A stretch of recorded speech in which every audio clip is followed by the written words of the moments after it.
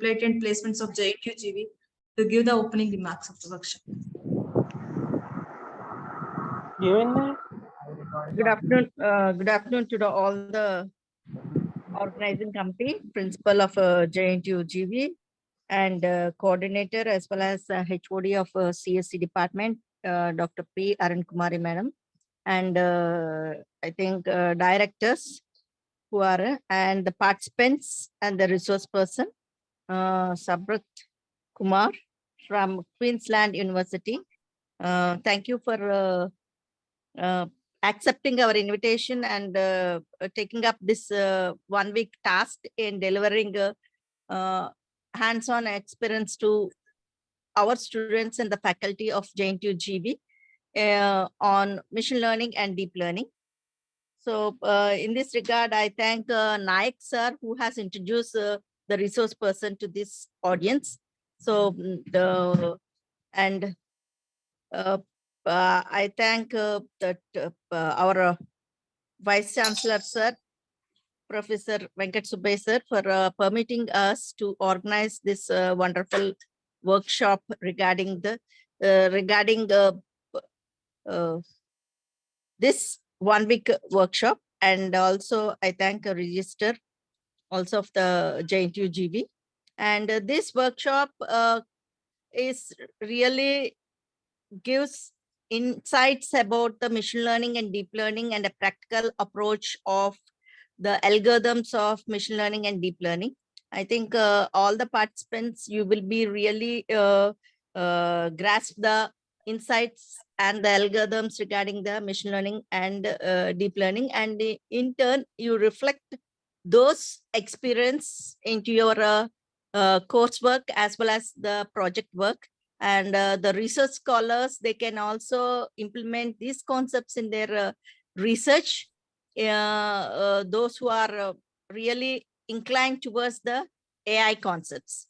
And most of the colleges of JNTU-GV as well as affiliated colleges of Andhra Pradesh, they are introduced the BTech course of AI, ML, and data science. And I think all the faculty who are introduced these BTech courses, CSE aligned courses, which regarding machine learning, AI, and data science, it will be very useful for them to incorporate their concepts as well as hands-on experience in their coursework.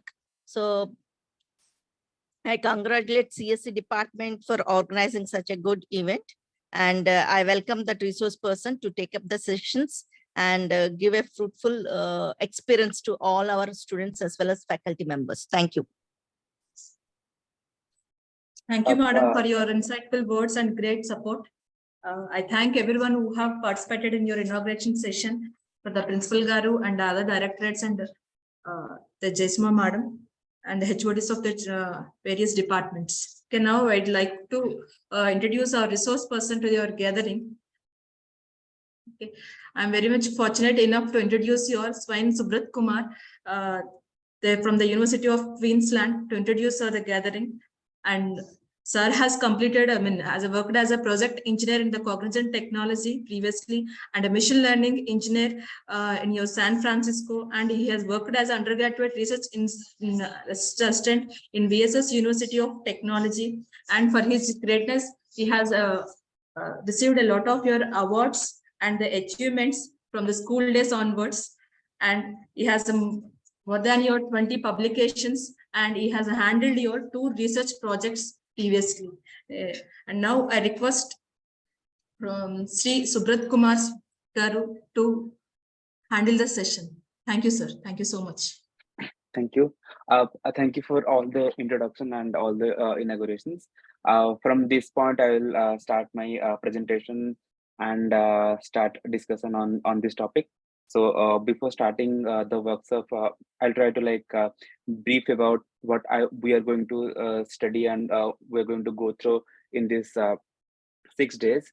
The workshop is pretty flexible. The topics that I have described in the workshop schedule might change according to the listener. that I have. And if some people demand some topics, we can also change to that. And if some people want to go depth in some topic, we can also do that. We'll do some polls and all about all these things later. But as of now, I'll start with the introduction, and I'll start with all the things that is needed to get started with machine learning and deep learning as a beginner. And I assume that the audience here are a mixture of students and faculties and research scholars from the, various organizations across India. And it is I think it will be very tough for me to uh, think about the level to which I should go, because there are absolute beginners and there are some uh, intermediate level, and there are some professionals here as well. So I'll try to make the topics bit flexible, and I'll start from the beginning. So if you can understand everything, then you can just have to wait till the topic goes to a deeper level. And if you feel bored, or if you couldn't understand, make sure to ping me and stop me. And I am using a tablet, and I'll be explaining by hand. So I found that by showing presentations one slide or another, people get bored in some time. So I thought drawing things on a tablet would be a better option to make the session interactive and make the session a bit engaging. And after the first half, we will be jumping to the notebook, Python notebook, and where we will be trying our hands-on sessions. And I would like everyone, if they can, follow along with me, and also try various different things at their own comfort range, and ask me questions if they could not resolve. So with that, I'd like to start this session. I'll share my screen. I'll share my notebook screen. Let me know if it is visible.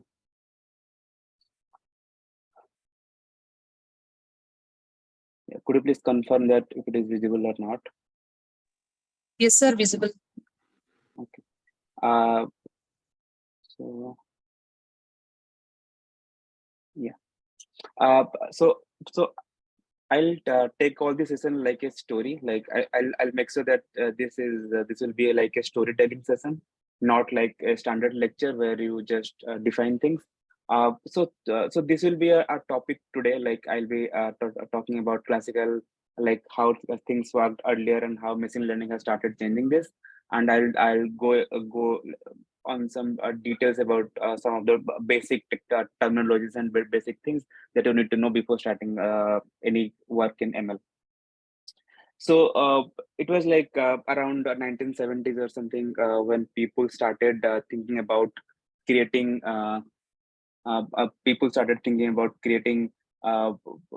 things automatically. So they wanted Excuse me, 1 minute.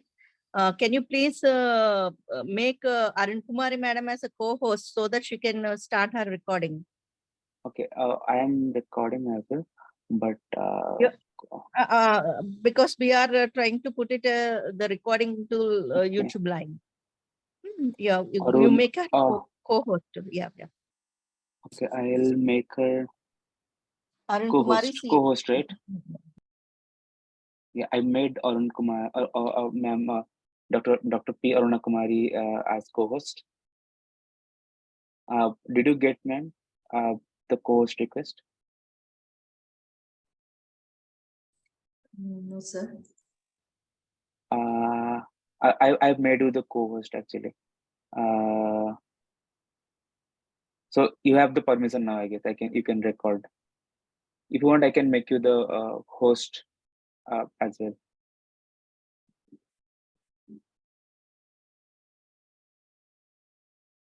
Just check and get back with me.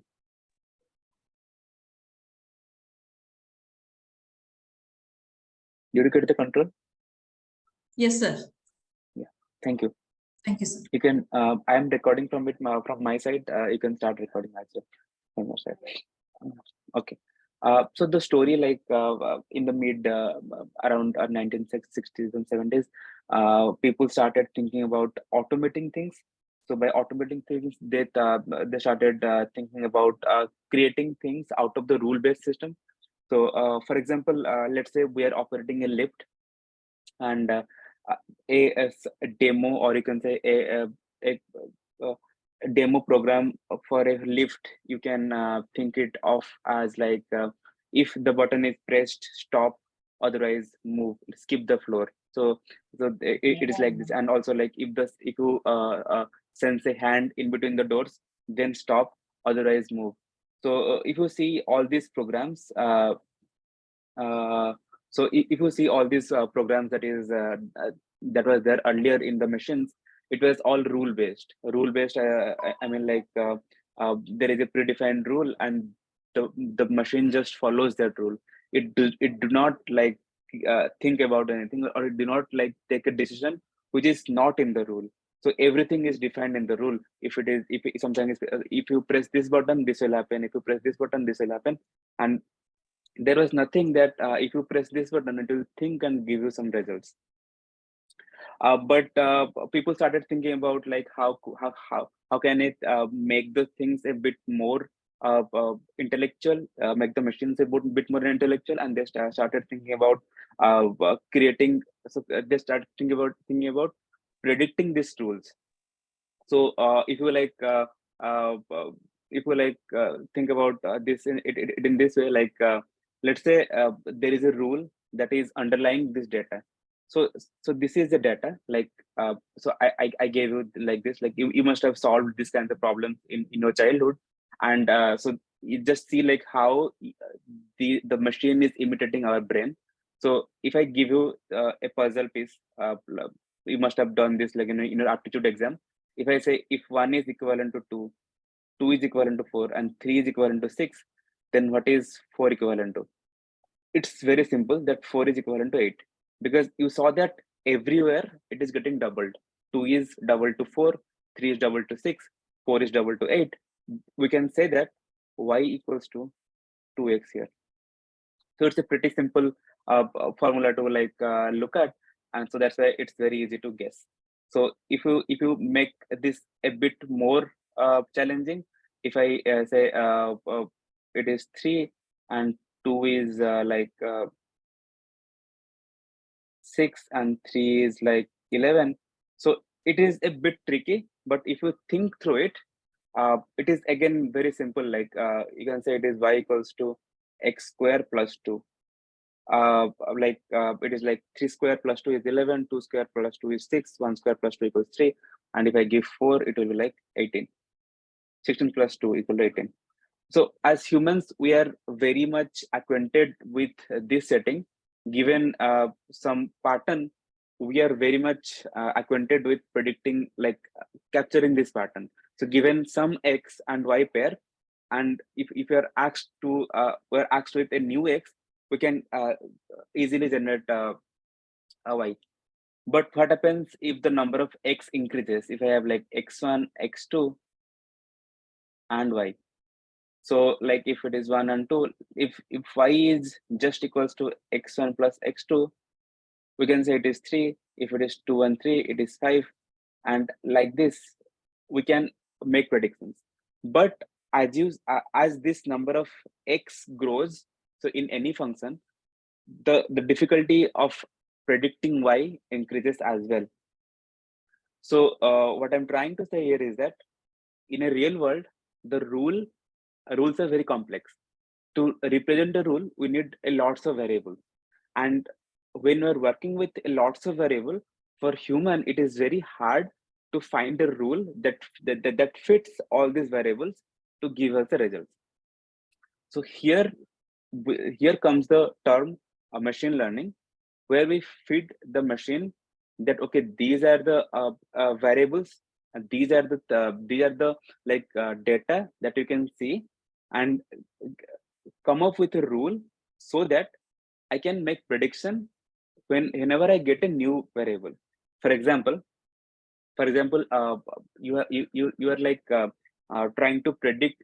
So suppose you are a real estate agent, and you have lots of lands, and you're trying to predict like what is the cost that you want to put on a land while selling it. So you can go for the market rates, but also you want to make sure that when you are selling the plot, it is at the best price. It's not like that you are underselling your property. So let's say and while deciding a price of a land, what are the things that we consider? So if you if you buy plots, you will always look for schools nearby, on hospitals, then like markets, and uh, transport, and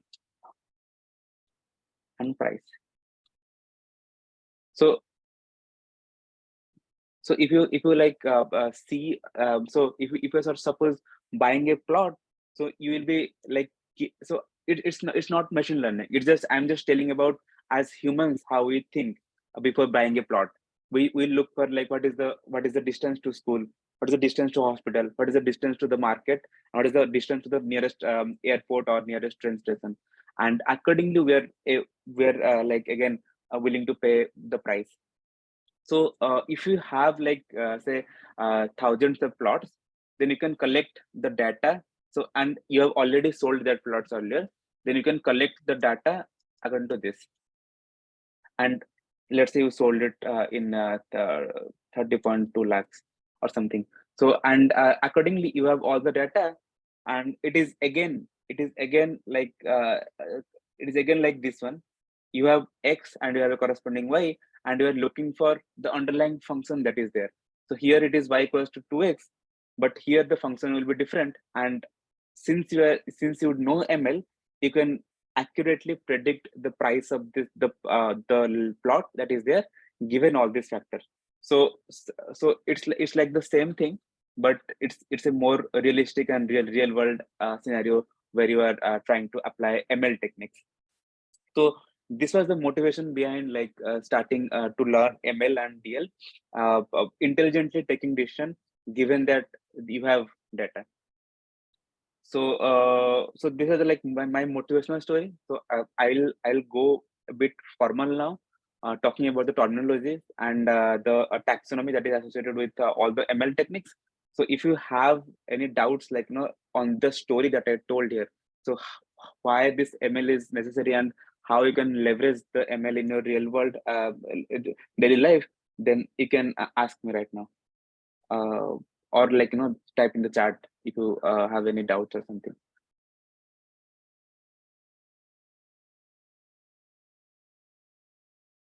Okay, so moving forward, so this is the story so far. Like uh,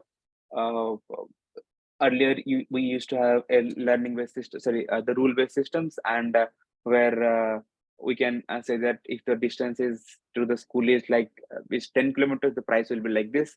The distance to the school is 10 kilometer, 20 kilometer, the price will be like this.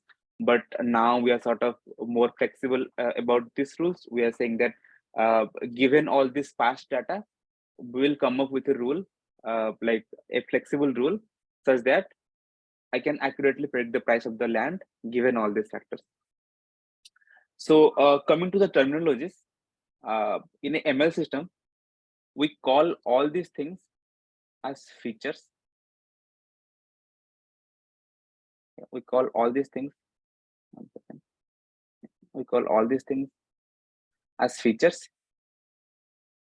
and we call this as label. So this is my feature.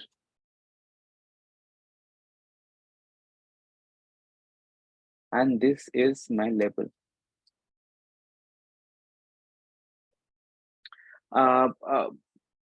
So this is just a terminology.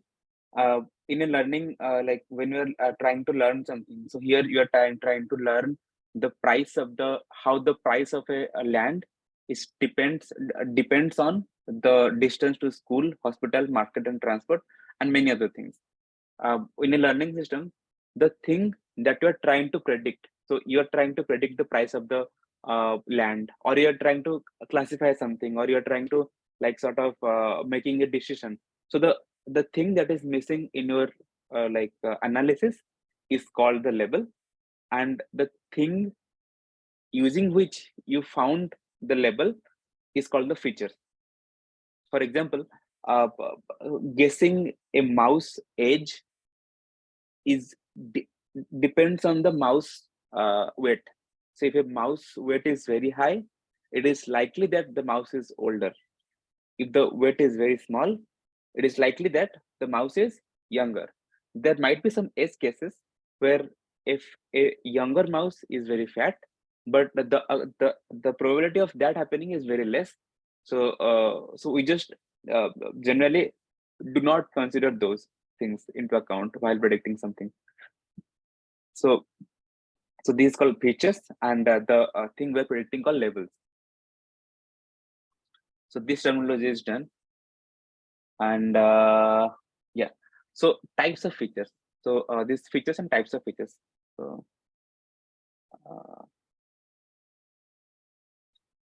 types of features. The feature can be like of many types.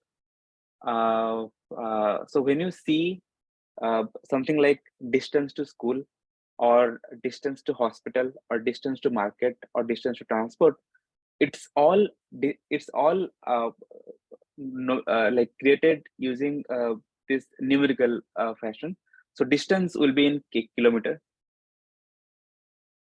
and all this will be kilometer as well.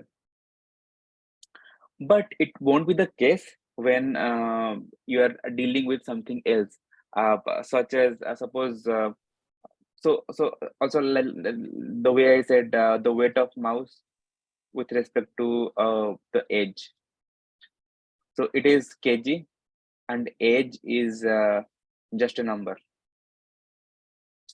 But like suppose you want to predict something else, and so suppose you want to predict the gender of a person given the age and the weight. So if so you have given the age and the weight of a person, and you are trying to predict the gender. So in this case, the gender can be either male or female. So this type of data is called categorical data. For categorical data, I mean, like you have a fixed number of options that is there. So the gender can be male or female. Also, there are other types of gender as well, like transgender and queer. But in general, if I see, it is either male or female. Let's say also like gender. Apart from gender, you can say suppose you have a data set of train lines. So there, if you take the column of coach number, then it will be either first AC, second AC, third AC, and general, sleeper and general. So there will be 5 classes. So if you find those type of columns, that is called categorical features, and these are called numerical features. So these are the 2 primary type of features that we deal with in a ML based setting. So so yeah, so categorical and numerical. So it's called features. And coming to labels, so labels can also be of 2 types. One can be like one can be we can say the categorical labels, and another can be numerical labels. But the numerical labels is just numbers, and categorical labels will be just some category according to that. Okay, so I think this is the end of discussion of feature and labels. So if you have any doubt in the feature and labels, you can ping me now, and I'll just clarify that. Also, like if you have doubts in the previous thing, you can stop me as well.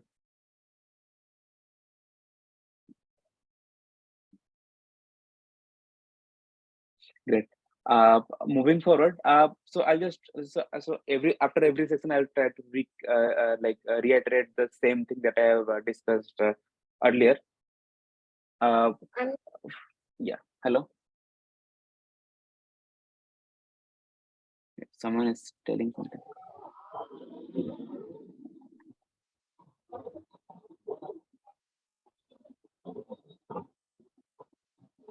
Hello.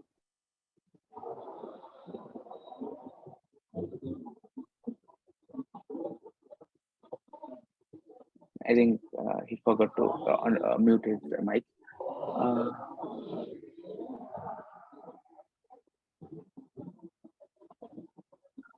The question is, sir, do categorical feature always have categorical labels? Is it the same with numerical? And second question is, what are the types of features, sir? Okay. Coming to the first question, what Yoshita asked. Features and labels are two different things. As I mentioned here, the distance to the school, distance to the hospital, market, transport. I can add another feature as well here. Like here, I can add another feature that is it like a feature is like is it mm,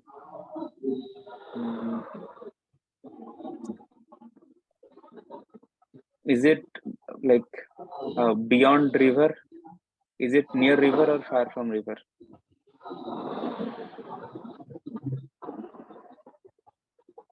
Is it near the river bank or far from your river bank?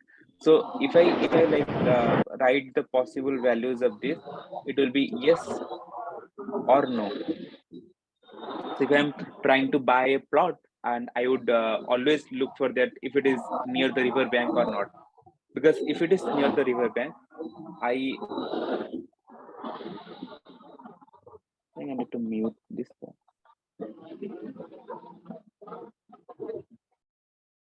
Yeah. So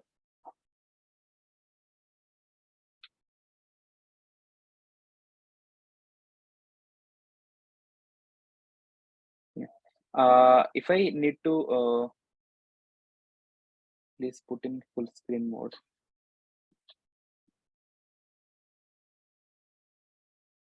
I'm not able to put it in the full screen. I'm not sure why. But if you want, I'll try to.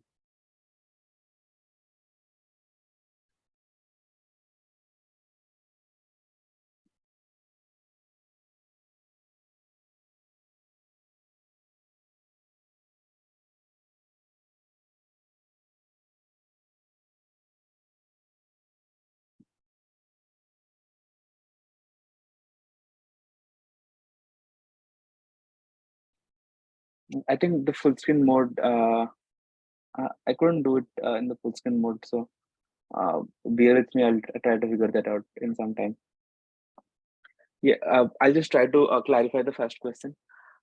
Yeah, so here while you're buying a plot, so just think it of in this way.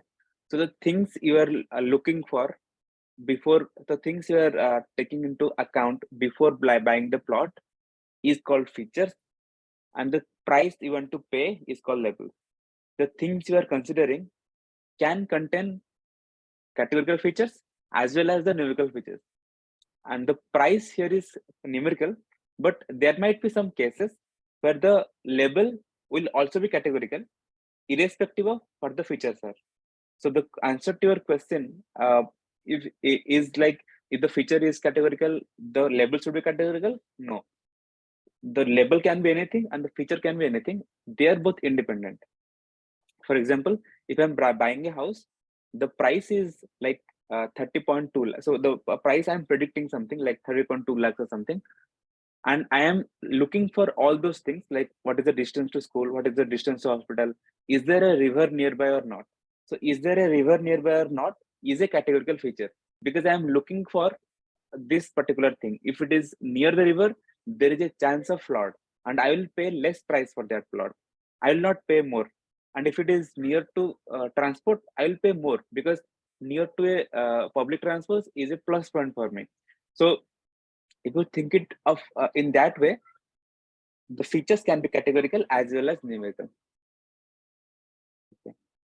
Coming back to the next question. What are the types of features? So I just said types of feature are like categorical or numerical. Can we say features are like input parameters and labels is like a output parameter, which in turn depend upon the input parameters? Yes, exactly. The features are the input parameters and the parameter not parameters. I would say input features are like input parameter.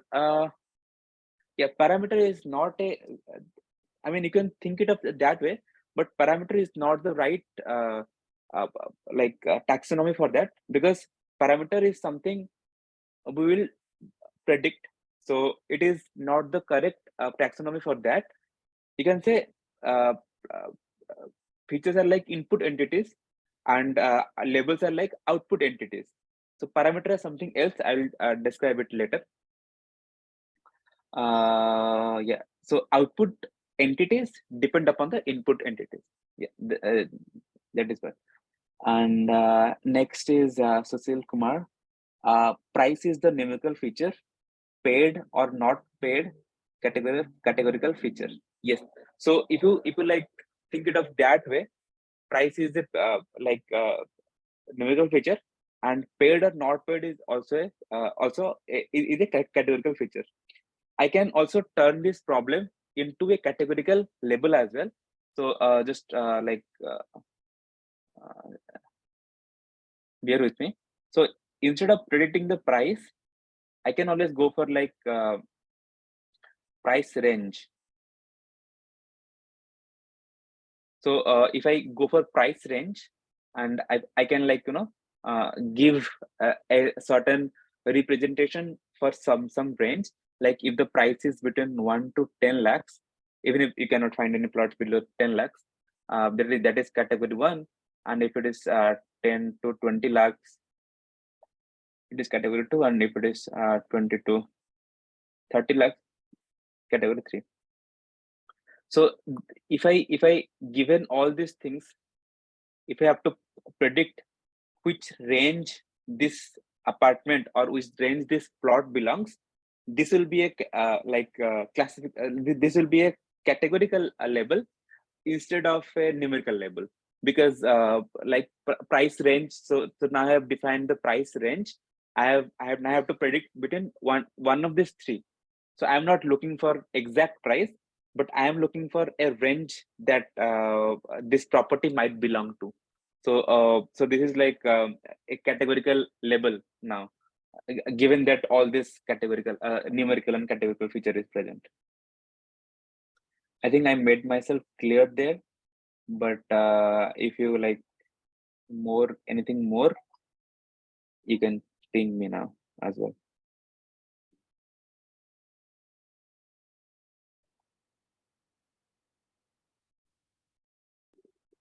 Yeah, I guess we are done with this features and labels. I guess everyone is clear.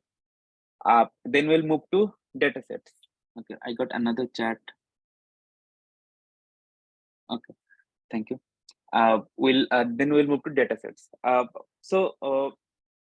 The data set is nothing but just collection of feature and labels. In just one line, the definition is that collection of feature and labels. So why do we need data set?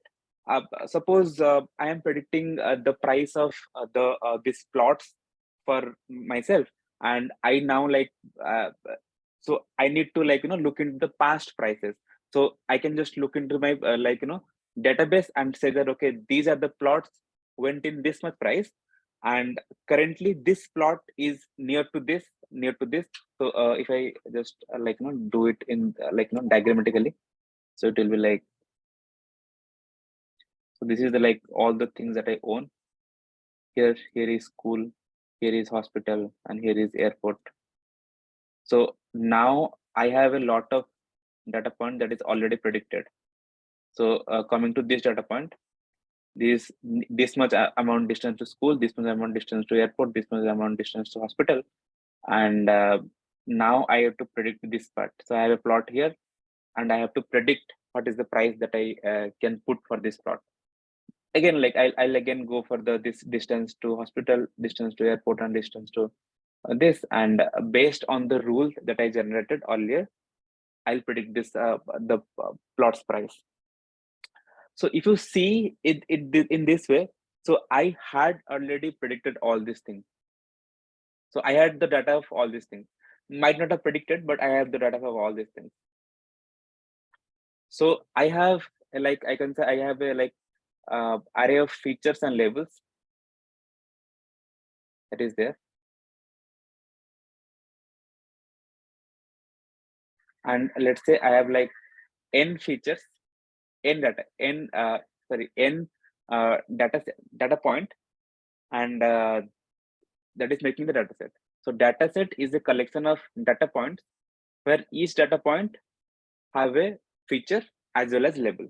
If you go into definition way, I can say that a data set is consisting of n data points where each data point has some features and a associated label. So we call this historical data. We call this historical data.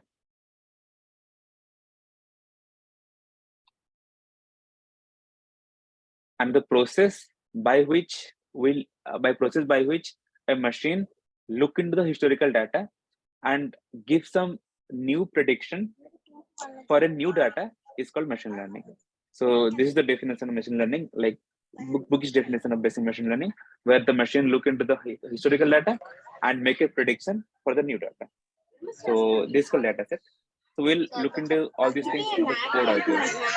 పెడితే అందుకే మనకి 243 periods లేవు ఖాళీ రాసుకున్నాడు వాళ్ళు చూపించాలంటే వాళ్ళకి not రాసుకున్నాడు స్పోర్ట్స్ లైబ్రరీ ఏదో ఉండాలి అందుకు ఒకవేళ వాళ్ళు వస్తారంట అక్కడి నుంచి మన దానికైతే ఇప్పుడు ఎవరైతే first Excuse me, the participants, please mute yourself. అవ్వదు ఇప్పుడు ఏ I have muted. Yeah, I have another question as well, I guess. Yeah, the question is, for accurate prediction, how many data points are needed for building the model? It's a great question, and I'm hate to I'm I'm very unfortunate to say is that how many data points that is needed to make a prediction is again an entire field of study. Like it will take entire day to explain how many data point needed for a prediction. But so they have proved a bound. Like if the number of feature is this and number of labels is this and the task in hand is this, you need at least this many number of data points to make a prediction. So I'll give you that formula in some time. I don't remember that formula exactly, but that depend upon various things. But that is again depend upon the domain that you are working on. So I will now explain the types of data sets. So there we'll say about a lot of data sets that is there in the current day scenario. Every field has created their data set, so it is very hard to keep track of the data sets. So the number of data sets that is required to learn a function or predict something depend upon the types of problem that you're solving, the data set type that you're having, the complexity of the data set, the complexity of the problem, as well as the number of features are there in the data set. Suppose you have a 2-feature data set, x1 and x2. Learning this will be much easier than learning like if you have feature from x1 to let's say x1000. So learning this will be very hard.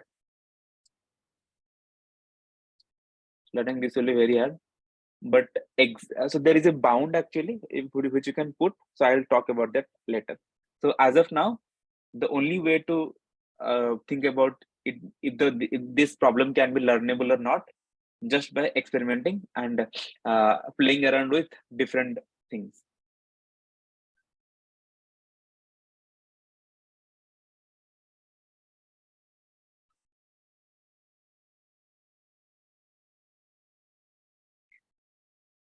My voice is blurry.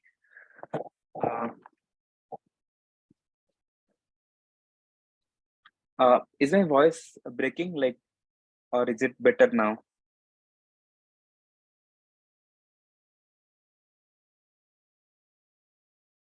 It is better now. Okay, thank you. You could have said it earlier because I think my microphone was facing downward, so I guess that's why. Okay. Then so I guess this is the it's buzzy like. So is it buzzing? So I got a message from Lokesh. It's not breaking. It's buzzy like. I think I'm sitting in a closed room. I guess that might be the problem. But let me open the door a bit so that it would stop echoing at least.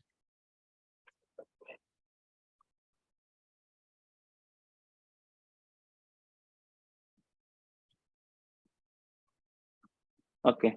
So I'll try to see if it is okay or not. Uh, I can open the windows, but it's noisy outside, so it might not be pleasant for you to listen to that. Okay. I hope it is correct now. Then coming to types of data sets.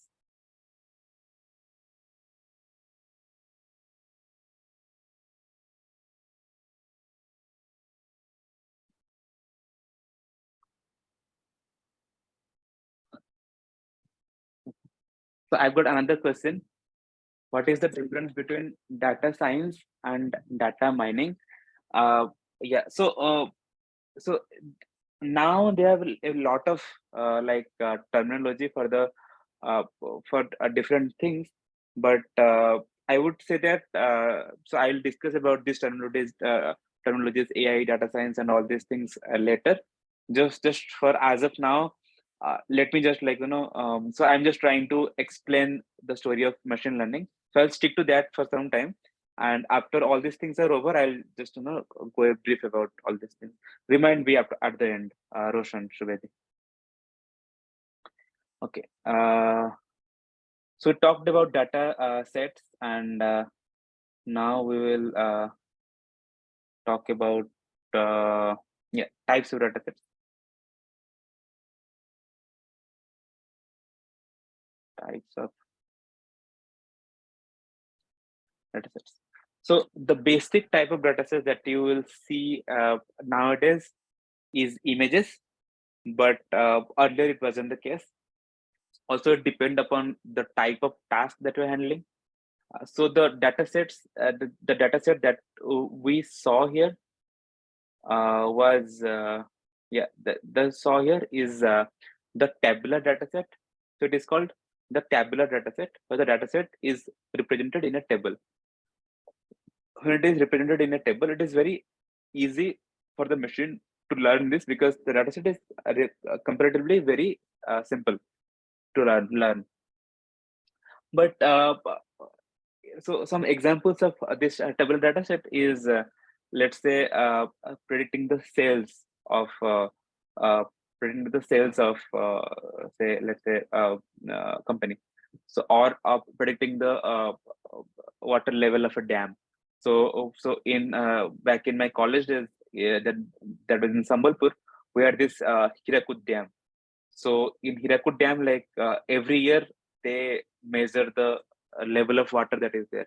So what one task is that, like, given the rainfall amount and given the level that was observed earlier, predict that what is the level that Hirakud dam might increase this year.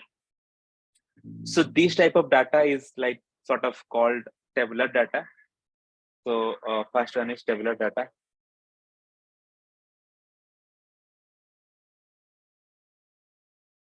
Where the data set is like given the table where you have features and labels. So here feature is numbers like tables, and labels is also like text. or numbers. Then comes the image data. So everyone is, I guess, familiar with image data. So image classification, image segmentation, and image captioning, and all these tasks come from the image data. So in the image data, the feature is the image. So you have an image. So the feature is always the image. You have image of a cat, let's say here. Not a very good cat, but cat. And the label is cat. And also, like, you can have a picture of anything, like you can have a picture of Gandhiji, and the label will be like let's say man. So here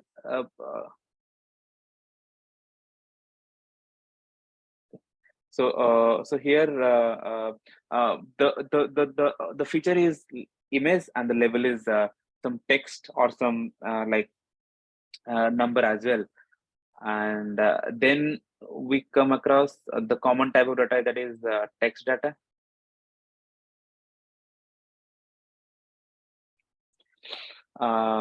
Yeah, text data. So text data, give me 1 second.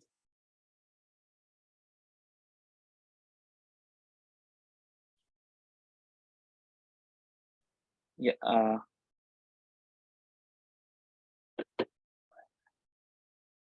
the next type of data is called text data. So in text data, the feature is text, and the label is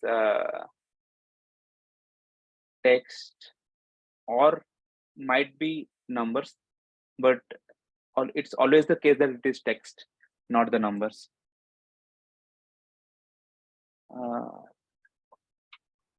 Okay.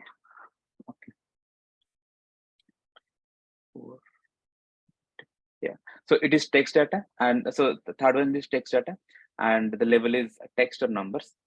And apart from that, so these are the very common type of data that you will see in the today's scenario.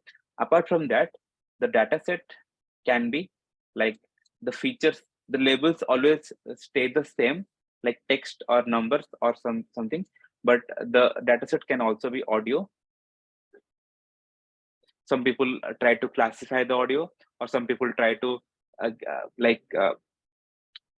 extract the text out of audio. Example is that let's say you have a audio, and you have to classify it as, is it a very angry voice, or is it a very happy voice, or is it a very mixed emotion sort of voice. And another task associated with audio is the automatic speech recognition, where you just where you see these Alexa devices or Google Home devices, where you are trying to say something to Alexa devices to play some songs, or give the update about the weather. It's sort of converting those things into questions in English text, and then again replying to that. So that is the task of automatic speech recognition. And apart from audio, you also take video as input. So so the video as features.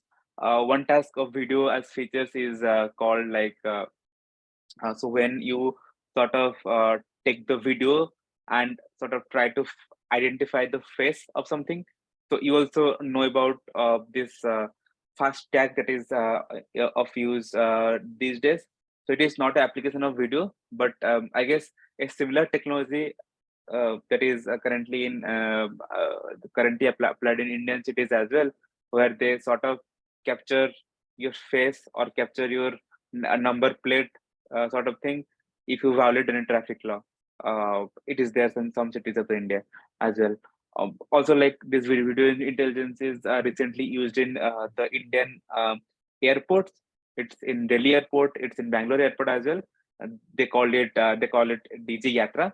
So in DG Yatra, they just scan your face and let you enter into the airport without any person interacting, or without any person looking at your passport or anything, or any document to take you inside the airport.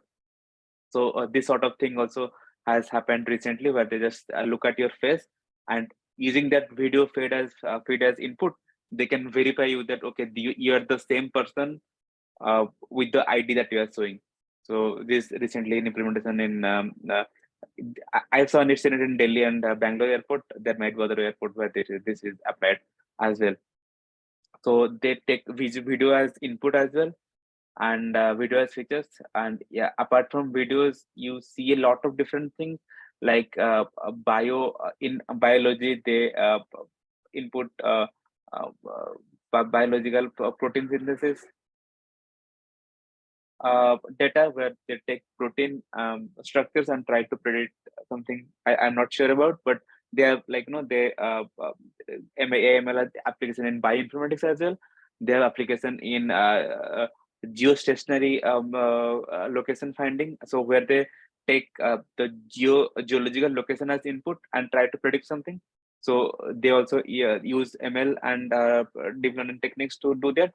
So the data set can be of that type as well. The point behind like talking about all these things is that uh, this ML model takes features as input, and looking at these features, it gave a prediction.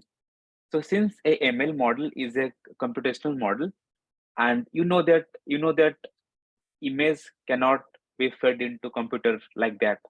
So everything that you see here, audio, video, image, and text data, is converted to numbers.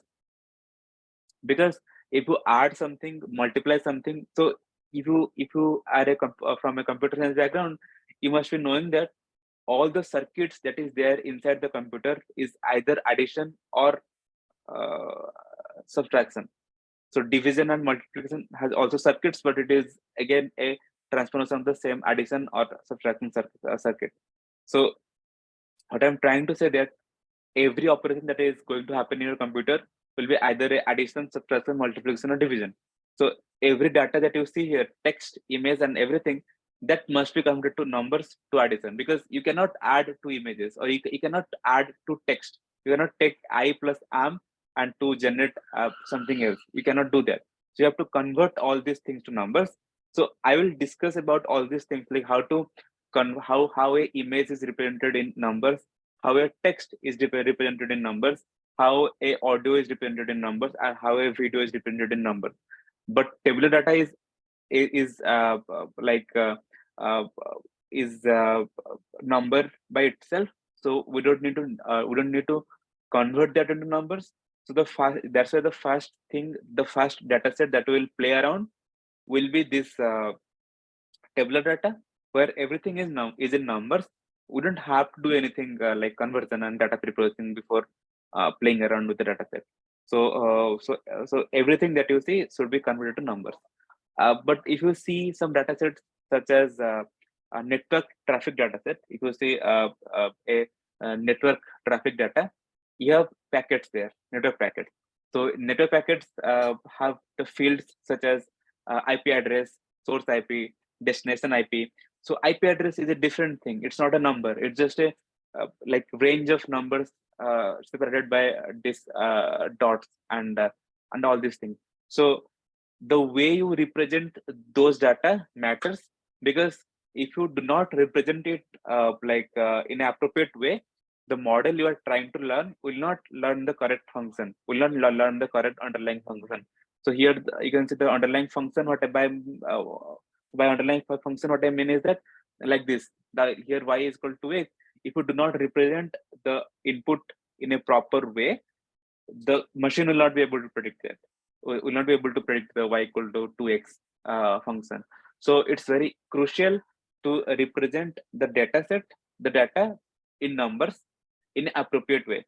For all this data, text, images, audio, video, there are a lot of methods that is been like established now, research, using which you can represent this data to as numbers, and which will be meaningful. And it can also be used to like train the models hassle freely. But there are some people who work in very different domains, and they are trying to integrate ML into their domain as well. For them, it is very crucial to know how those things can be like converted to numbers. So that's suppose like genome sequence is just letters of like gene sequences. but you need to be very clever about how you can represent those genetic sequences as numbers so that you can play around with it and or train a machine learning model out of it. So this is about the data set and its type. And when I will cover the image data, the text data or audio data, I will let you know how these things are converted to numbers so that it can be learned or computed using our computer or the algorithm. So we'll discuss about that. But as of now, you just have to know that these are the type of data set that is there, and the tabular data is itself in numbers. So this is all about data sets that I will discuss today. So if you have any questions regarding the data set, please let me know. I'll stop here to like take some questions about data sets.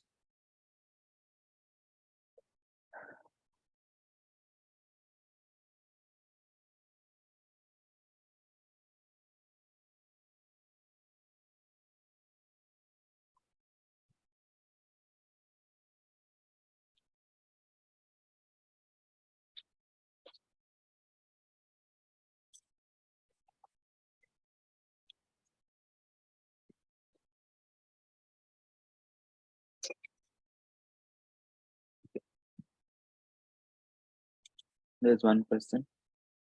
What's the difference between data sets and sets of data? I guess there is no difference between data sets and sets of data if you like think about it in that way.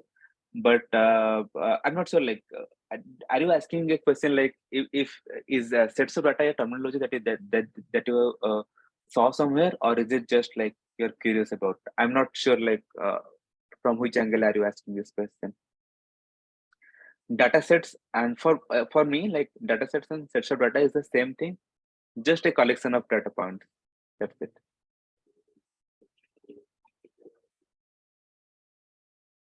Does the parameter come in dataset? No, the parameter is something different. I will try to like I'll cover that later, but parameter is not comes in dataset. Parameter terminology is something different.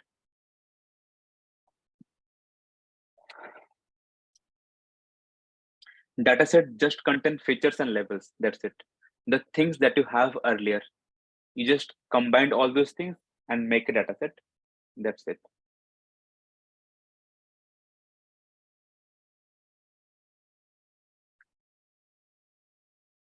Okay, so I guess that's all from the audience. Then you can move to this topic, learning techniques.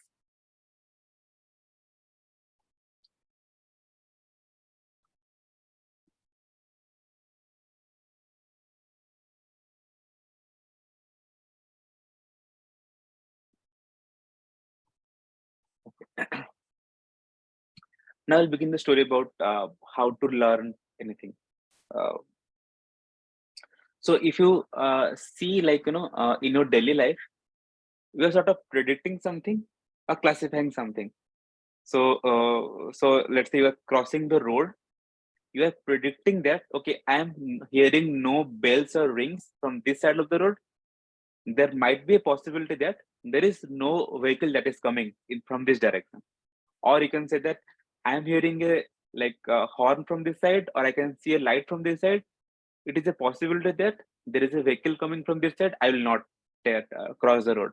So it's just the daily life, that things that you do every now and then. So you make decisions in your head without like much thinking. But if you think it through, you can say that you are always making decision, and that decision depends on what you see. And you, so like in this case, the lights and the sound, you see light or you see sound, you know that there is something coming in the road from the down the lane, so you will stop, you will not cross. So you predict something or you classify something, like so if you are going to see a doctor, so a doctor asks you a bunch of questions like, is it are you hungry now and then, or show me your tongue, or are you even eating properly, are you even sleeping properly, is there a pain, or like have you take a good nap or not. So the doctor asks a bunch of questions, and depending on all the factors that he sees, he make a decision.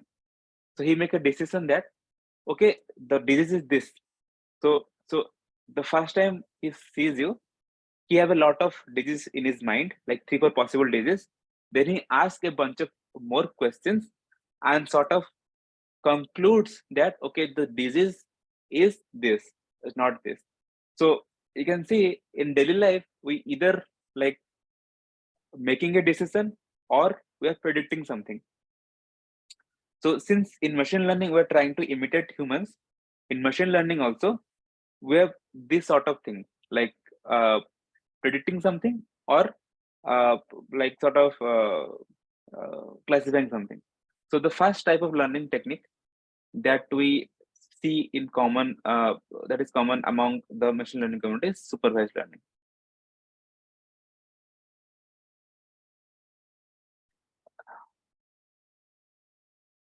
So supervised learning. So supervised learning is something where there is a supervision on you. For example, suppose you are learning to say predict the prices of the land that I said earlier. So in the price of the land, the price of the land depends on something. So you have to. So it's like there's a dependency between the price of the land and the fact these factors. So you are sort of looking at all these factors before making a decision. So it's sort of the price is supervised by all these things. So you're sort of predicting the price given yeah, so sort of predicting the price given all these things. So yeah, so this is called supervised learning, where there is supervision on top of you, and there is again something called unsupervised learning.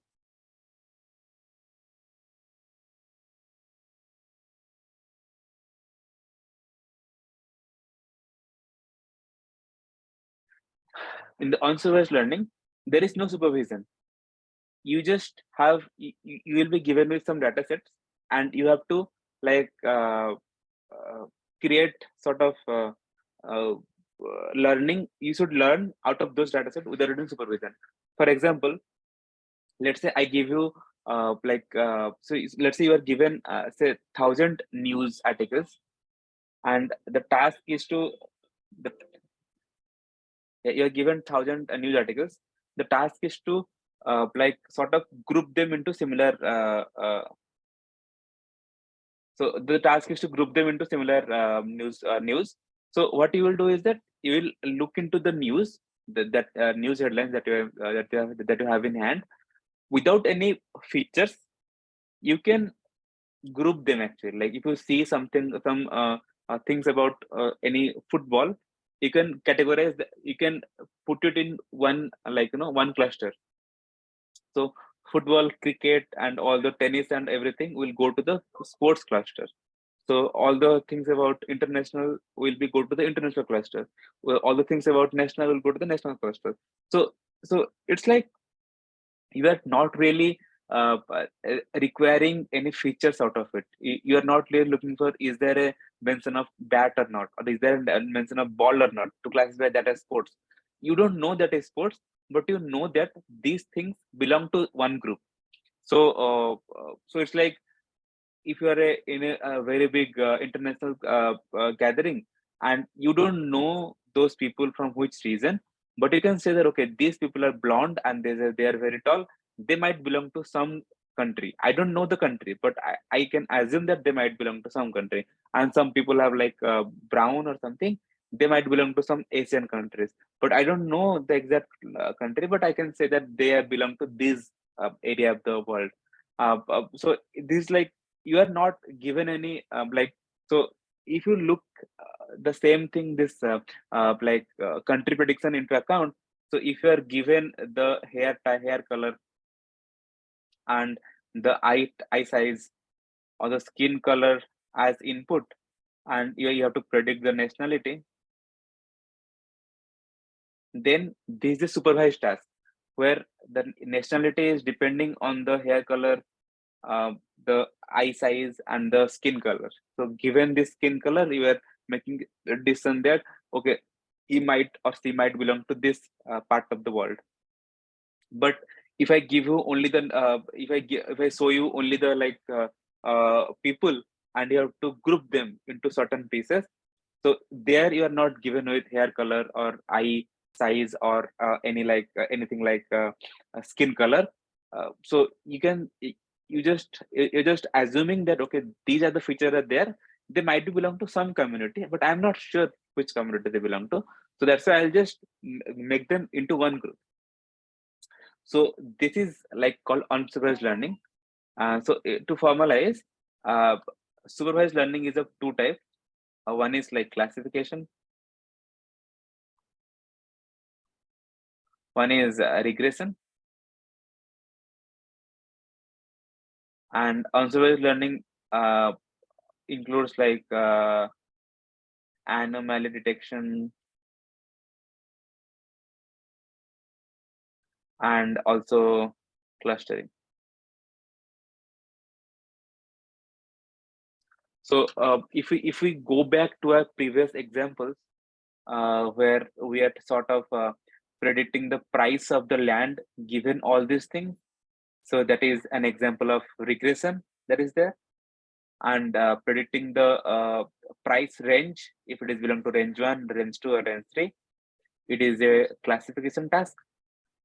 And if you given a bunch of people, you are sort of assuming that this bunch of people belong to Europe, this bunch of people belong to South Asian countries, then it is called clustering. Also the news that I said, given 1,000 headlines of news, if you are sort of predicting these sort of news belong to sports and this sort of news belong to international and this sort of news belong to national, this is clustering. So and I'll tell about animal detection in a bit. Let me see the questions that I have in the chat. Sir, so can you say that anything that has feature is supervised and anything that doesn't have feature is unsupervised? Second question is, which is based on fast clustering or classification, sir? Which is based on fast clustering or classification, sir? Okay. Question number 1. Can we say that anything that has feature is supervised and anything that doesn't have feature is unsupervised? Yes, you can put it in that way. But it is better to say that when you are working with a data set, so you have given something and you have to predict something, so like feature and labels. So then you have you have this just then you can say that is classification or supervised, classification or regression, that is supervised. If you have nothing, you don't have to predict anything, you don't have a class or you don't have a value to predict. You just have to, you have just features and you have to learn something out of the feature itself, then it is called unsupervised. So yeah, so then coming to the question that Roshan has asked, which is the best and fast, clustering or classification? So clustering and classification are two different tasks. So if your task in hand is to classify something as something, then it is classification. If your task in hand is that you have given all these things, you have to make it into certain bunch, then that is clustering. So if you can cluster a data set into different bunch, that doesn't solve the problem that you have in hand for clustering. So clustering, you need labels. So if you don't have labels, you can only cluster things into different bunch. You can't really classify the bunch. Like you can't really put a label on that bunch. So putting a label on the news channel is fine. The news headline is easy, but there are some data sets where you will not be able to put any label on that. You cannot say that this belongs to this level. You can only bunch into different things. So I'll discuss about what is the point of that then. What is the point of creating a little bunch of data sets? I'll discuss that later. But as of now, it is like clustering and classification are two different tasks. There is another question. Clustering is done based on data or similar characteristics. So the clustering is based on data's similar characteristics. So if some data points are similar, they will be clustered clustered in one cluster. And if the two data points is dissimilar, they will be clustered in different clusters. So think it of in that way. Like it is not that you are given a data set and you have to cluster. So so it's like how a machine will cluster things given a data set.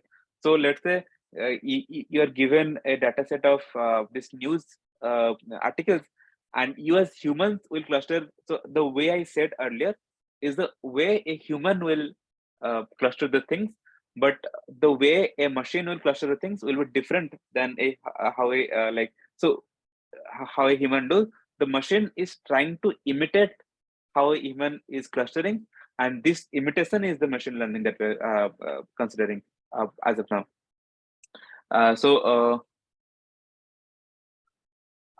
Clustering is done on data similar characteristics. Yes. So the clustering during clustering, the data with similar characteristics clusters together, and data with dissimilar characteristics clusters far away. And is supervised learning is based on artificial intelligence? I guess this question is so this question is like I would say is not correctly framed. Even if you're asking is supervised learning is based on artificial intelligence, I guess you're asking if supervised learning is a part of artificial intelligence. Yes. So I'll discuss about this artificial intelligence, machine learning, deep learning, data science at the end. So the another guy also asked me about what is the difference between data mining and data science. So I'll try to cover that at the end. So bear with me for that. Yeah. Our next question is, sir, give an example of anomaly detection. Yeah. So I'll give an example of anomaly detection shortly. Like subcategory in ML. It's a type of learning. So machine learning is like letting a machine learn. Supervised learning is a type of machine learning where machine is learning given the features and labels of the historical data. So unsupervised learning is something like that. So like given only features, you're allowed to learn. So so there is AI, then under that there is ML, under that there is supervised learning and unsupervised learning. So just like that. Yeah. So anomaly detection. Coming to the anomaly detection. Yeah. So in our day-to-day life, we see anomalies. So for example, like in our school days, um, I'm sure like everyone has this guy in their school. So there will be one guy who never wear clean dresses, and there will be one guy who never cut his nail on Monday. So he's the anomaly. Like he's the outlier who he's always different. So in a formal setting, I would say, suppose you are inside your college network, and there is a router for your college. All the data that comes on a daily basis that the user is interacting is called normal data. And someday some guy attacked the college router and tried to freeze some of the servers that is there inside the college server, college internet, and so that data will be anomaly because that is something different than all the other things. So this anomaly detection is a task in itself. So in day 6, I guess we'll learn about anomaly detection, how we can detect anomaly in datasets. A very simple example is that suppose let's say you have image of 1,000 cats and 2 dogs. So these 2 dogs are anomaly in this 1,000 cat dataset. It's not like that anomaly will be something very strange. So it's like if you see someone different in a bunch of similar things, that is anomaly. But if you consider like you have 500 cat picture, 500 dog picture, 500 tiger picture, and 500 other animal picture, and 2 bird picture, here the dog is not anomaly because everything else is an animal, but there are 2 birds that is there in the dataset. So if the dataset most of the dataset belong to one class and very small percentage of dataset belong to another class, then that small percentage of data is called anomaly. And the task or the method by which we learn a model which can sort of identify those non-fitting data inside our dataset is called anomaly detection, by which we detect the anomaly out of it. There's a question. So can you say about reinforcement learning and its an application in type of machine learning language? Yeah, so I'll cover the third type of learning. So thank you for reminding that. So I'll cover the reinforcement learning now, if this supervised and unsupervised learning is clear for you. So we'll come to reinforcement learning.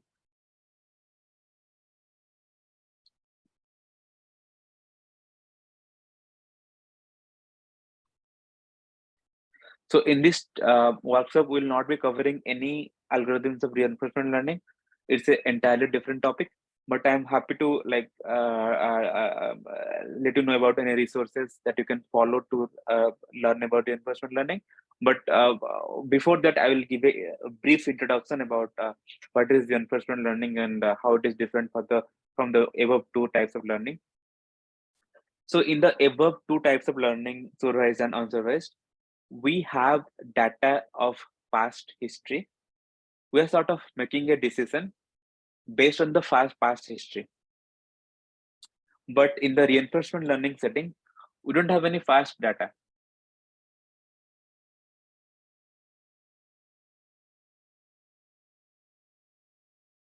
So in the reinforcement learning, we don't. So I have got a question. I'll address that later.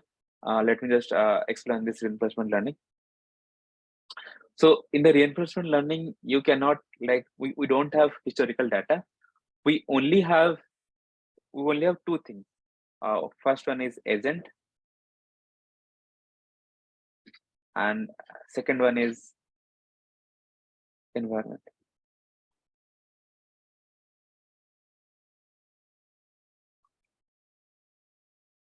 So it's kind of like agent and environment game, where we sort of the agent try to figure out the best way to navigate or interact with the environment. So for example, let's say a rescuing robot. So nowadays they have a rescuing robot where a robot goes to a natural disaster site where human cannot reach and help in rescue operation. Here the robot is the agent and the rescue operation site is the environment. You must have heard about the self-driving car of Tesla. In the self-driving car of Tesla, the Tesla car is agent and it is interacting with the environment, which is the road. And the agent can be of different type and the environment can be of different type. So as a reinforcement learning agent, the self-driving car will never be taught in an environment where the environment is water. So you'll never take your car or never take your Tesla to a sea or river. That's why the agent is not familiar with that environment. It's just like, you know, as we human interact with the environment. If I am a human, I am an agent and I belong to a coastal region. So I know how to deal with this coastal like coastal area such as Puri and other areas where there is beach and all. So I can go. If I go to Pondicherry, I'll be very much pretty much comfortable around that area. But if I go to Himachal, Uttarakhand, I'll be so. If I'm a grown man, I can like I can interact with the environment. I can walk there, or I can like stay there. But it will be a bit difficult for me to learn or adapt to that environment and comparison to someone who is staying there from the childhood. So if I go there, I might not take into account that there might not be shops or there might be landfalls or which route to take, which route which route not to take. So there will be some problems to acquaint myself to the environment. Similarly, here in this ML system, we have an agent and we have an environment, and we teach the agent to get acquainted with the environment by reward and punishment. So and it doesn't have this like a prediction task. So the agent first do something and we give it a reward or we give a punishment, and looking at that, the agent will take the next step. So the agent will think in a way that the steps should be such that the reward should be maximized. Like, for example, if you are new to a hilly region and you start climbing the hill like vertically and you fell down, so that is like a punishment given by the environment. The environment gave you a punishment and you fell down. So you learn that, okay, if I climb in this way, I will fall down. So I might, so I should take the road that is going around the mountain, and I should not like climb directly right like this.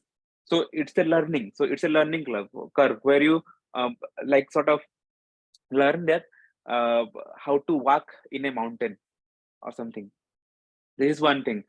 Second thing can be such that second thing can be such that you don't know how to swim in a river or something. You went there, you drowned, you get a punishment, and you sort of try to. I think someone is.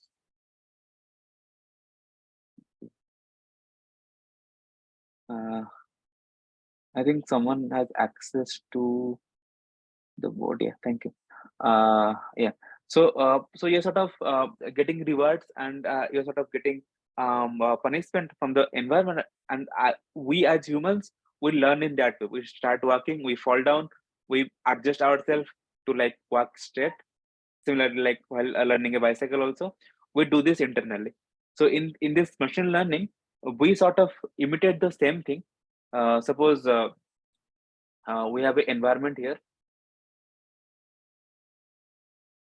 where where there is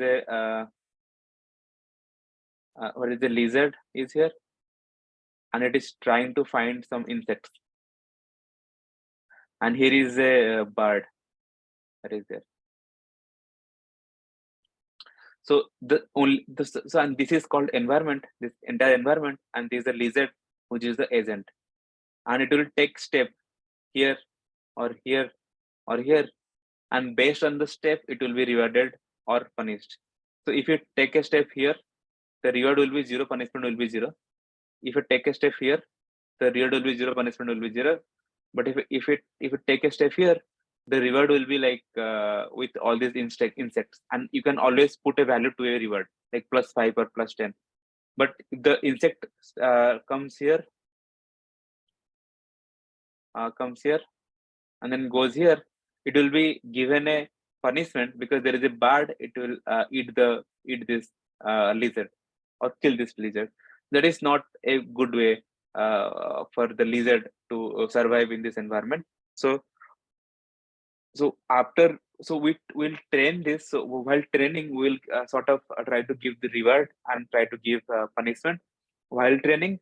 And after the training is done, this lizard will be able to easily move around the environment, keeping this bird and maximizing its reward, which is by getting this insect food. So if I create another environment like this, where the food is somewhere here and the bird is here, and the lizard is starting from this point, it will able to easily find this food and not go into the not run into this bird. So it's an interesting concept how you sort of give reward to some agent and sort of try to learn it, make it learn about certain environment. And after imitating these things, people have come up with robots which can get acquainted to the disaster website, and they can easily navigate in the disaster site to go to a target person and rescue that. So this is an example of like reinforcement learning that is in practice in recent days. So yeah, so I guess so this is like all about reinforcement learning that is there in the literature. Apart from that, so I guess I missed a data set here. A data set is another data set that is existing in this literature is called time series data. So in time series datasets, the dataset depend on the time that is passing by. Let's say the stock prices. So if you see the stock prices, stock price is not something like tabular. It is time series. So there is a time series associated with it. The time difference between the two prices can be a minute, can be second, can be hour, can be day, can be month, can be quarterly, can be yearly. But if there is some factor of time that is associated with the data set will be tabular, but the data set type will be time series, where the data is sort of carried out. So the data is represented in a time quantum. It can be minute or second or hour. That is a time series data set that is there in the literature. And an example of time series data is in the data set is the stock price data set that I can see. Completed the data set as well as the learning technique. So yeah, questions.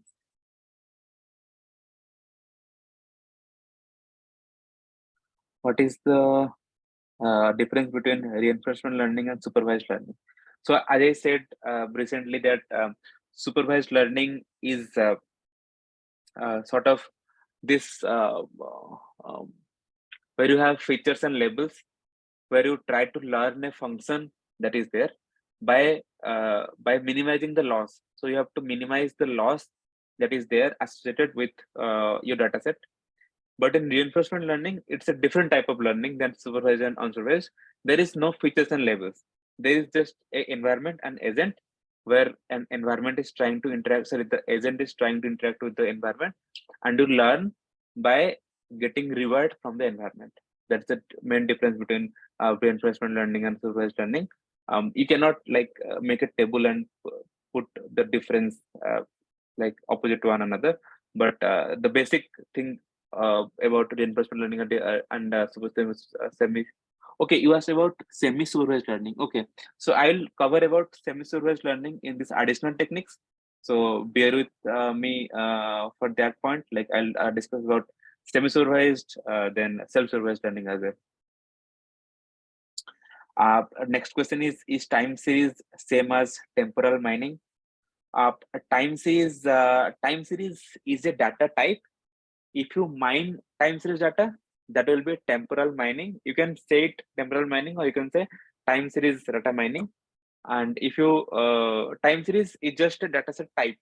So you can take time series data, you can make prediction, you can make forecasting, you can make classification, you can make animal detection, or you can do mining as well. So it's a type of data set. It's like taking image, clustering it, classifying it, predicting it, and doing animal detection on the images.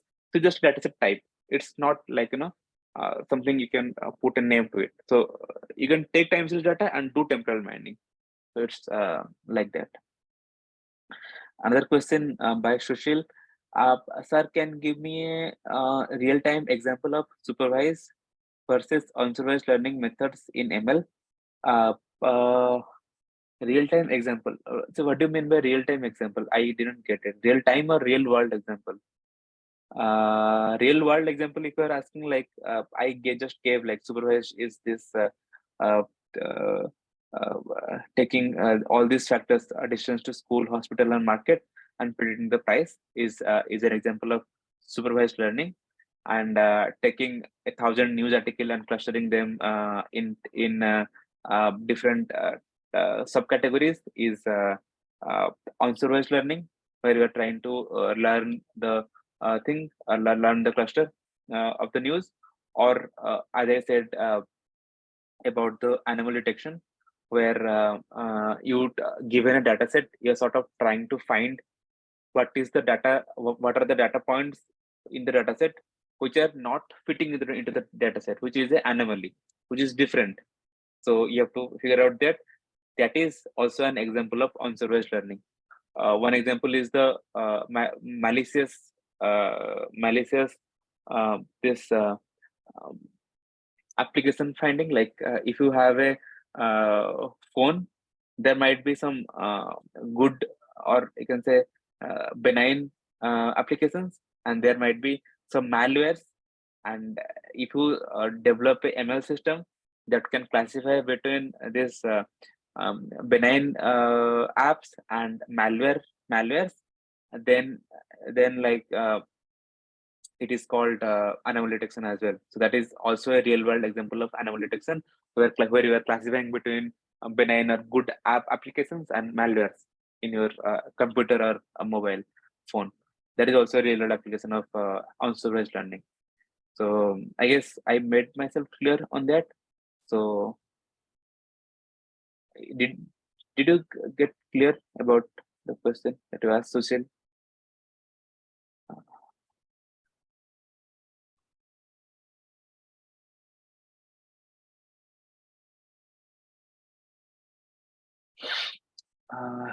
Yeah.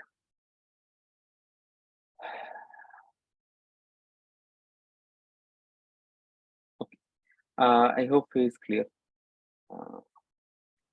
Then coming to additional techniques.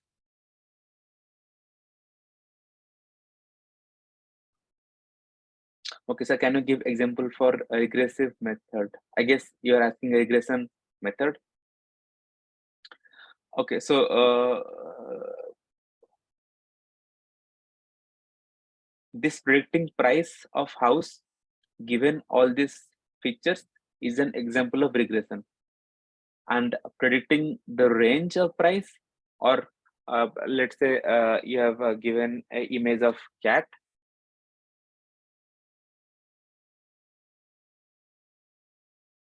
and you are predicting it as cat, and given an image of dog, and you are predicting it as dog, is an example of classification task, where you are classifying an image or a dataset into some category, cat, a dog, or some bat or something. Then it is classification task. When you are predicting something in numbers, so just remember that if the label column is in numbers continuous, it is prediction. You are predicting a number. If the label column is some categorical, like you have a certain category, male, female, or cat or dog, or you're like class 1, class 2, class 3, then it is a classification problem, where the label is defined. Like the label will be either this or this or this. The image will be either cat or a dog. Like the number of thing is defined, like it is fixed. Then it is a classification task. If the label column is a continuous, like it's numerical, like 30 lakh, 20 lakh, 50 lakh, 60 lakhs, like everything is different, then it is a regression task. So it's the easiest way to like notice if a task is regression or if a task is classification based.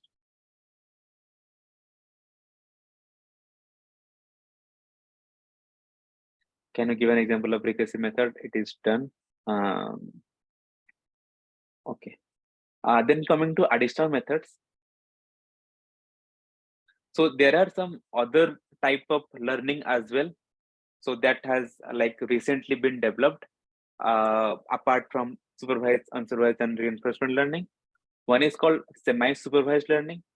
So what people have saw that not every dataset have labels. So if you go to the net and get 1,000 picture of dog, so you will not get labels associated with it. So you have to sit down and say that, okay, this picture is of dog. You have to make the labels for each and every images. So suppose, let's say you want to predict the types of tree from the picture of leaf. So you must have, if you remember in earlier days, you used to see the pattern in that leaf and trying to predict what type of roots of tree is that. So what type of tree is that? So if you want to automate that, you need a data set, right? You need a data set from which the machine can learn. So the machine cannot learn from from nothing. It needs a data set. So if you want to create a data set for that, you just have to go to your nearest forest or nearest garden, just capture the photo of the leaves and say that this leaf belongs to this type of plant, this leaf belongs to this type of plant. So it's a very tedious task. If you see, let's say you need 1 lakh data point to make this classification task feasible. So you have to go and capture 1 lakh picture or download 1 lakh picture of the leaves and you have to hand level everything. Like, okay, this this leaf belongs to this plant, this leaf belongs to this plant. But wouldn't it be more easier if you don't have to do for 1 lakh, you just have to do for 10,000? So keeping this in mind, people came up with the semi-supervised learning, where let's say you need 1 lakh data set, 1 lakh length of data set, but you only have 10,000 labels. So what you do is that you sort of learn using a combination of labeled as well as a combination of on-labeled data set. If a machine trying to learn a function or trying to predict something from a set of labeled as well as on-labeled data set, that is called semi-supervised learning, where it is not entirely supervised, it is partly supervised, or you can say semi-supervised, where only some percentage of the dataset is labeled. So you use that labeled dataset to predict the this labels for other datasets, and using this whole other dataset, you will predict the labels for new data. So this sort of learning is called semi-supervised learning, and it's a very brief description of semi-supervised learning. But I'm happy to share more information about it if you ask, if you want to know more about it. But it's just a type of learning, but it is not as common as supervised or unsupervised. Since it is not much common, so I'll skip this type of learning in this workshop. But yeah, I'll be happy to share any resources around semi-supervised learning if you are interested to learn this technique. Then comes the self-supervised learning. So I'll just write it down a little better. One is semi-supervised,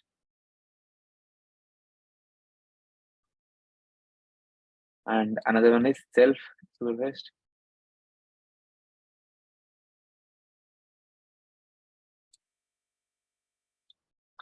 So self-supervised is something which we where we don't have labels at all. So the difference between self-supervised and unsupervised is that in both self-supervised and unsupervised, we don't have labels associated with the dataset. But in the unsupervised, we do not learn any supervised task. But in self-supervised, we don't have any labels associated with the dataset, but we try to learn a supervised task out of it. So there's two things.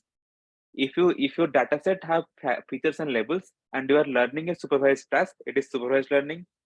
If your dataset doesn't have labels or features, so if your data doesn't have labels, it have only features, and you are learning a unsupervised task, then it is unsupervised learning. If your dataset have some labels and some unlabeled dataset, and you are trying to learn a task, it is called semi-supervised. And if your dataset doesn't have labels, but you are trying to learn something that is supervised, that is called self-supervised. Like you are supervising by yourself. That is called self-supervised. And this is a very new field and very recent field, and not much work has been done on that. So I just let you know that this is a new field, and there exists a learning that is called self-supervised learning. And different from all these four things, there is reinforcement learning, where you do not care about the dataset. You only have agent and environment, and you learn how an agent can interact with an environment. So this is all the type of learning that is there in the ML. I guess we're near 2 hours, and we can take a break now of short 10-15 minutes break. And after that, we'll go into our hands-on session, and I hope that everyone. So I'll try to walk you through all this code that I have prepared for you, and I will try to make you see what features and label means in terms of dataset that is there with our hand today. So, and also I'll help you with basic Python and installation stuffs that is required for this hands-on. Before going away for the break, I would like to discuss a bit on ML, DL, AI, and data science, because I promised one guy in the comment to discuss about that. The broad area is called AI. Broad area is called AI, where we sort of try to automate the things intelligently by the machines. Data science is a part of AI, where we like learn about the data, but AI not only consider not only care about the data. So I'll not talk about data science in this diagram, but because you see here the reinforcement learning, we don't require data actually. We just need the agent and a rule to navigate the environment. So we don't care about data. Inside AI, there is machine learning, where we are sort of caring about automating the machines, given that we have past data. So AI might not do not care about past data. It's just a way to automate the machine. But ML specifically care about past data, and inside ML there is deep learning, where deep learning is just a part of ML, where past data is considered because it is ML, as well as the model will be strict neural network. So in ML, there are a lot of models that is existing in this space, out of which neural network is just one model. And if you use only neural network, that is called deep learning. And I can strongly say that in today's scenario, you should only care about neural network. If you care about other ML algorithm, it is fine, but generally, like for most of the tasks, we won't be using ML, we'll be using DL. So of course, the knowledge of ML is required. Only then you can understand the value of neural network. But as practical point of view, uh, the ML techniques is not not used abundantly as you use neural network, because you see Alexa devices using neural network, you see images and videos, audios, text, everything you just like chat GPT uses neural network, not any not the basic DL ML models that we had earlier. So, but when dealing with tabular data or small set of data or any specific application, we still need ML, where DL model, big DL model fails. If you don't have much data, we should go for ML model. So so yeah, so that's the relationship between this ML, DL, and AI. With this, I'll like to take I'll like to so that we'll take a break, and then we'll proceed about on the hands-on session. So we'll take a short 10 or 15 minutes break from this point.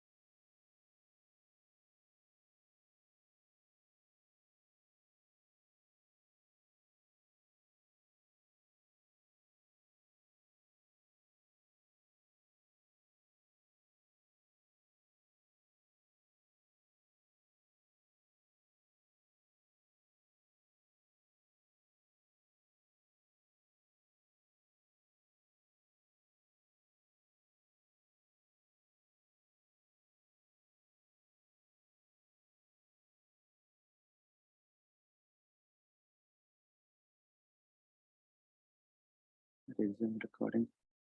Yeah, I see a comment about uh, so please give the overview of Python before using it. So I was assuming that like Python. So you guys will be like somewhat knowledgeable about Python, but I will try to like give a quick introduction for Python in this class. Yeah. So Python is a very simple language. It is just like English. Like if you know how to code in any language, switching to Python is just a cakewalk. So I mean, just for printing, you don't need anything. Just print anything like A or B, it will print. So allows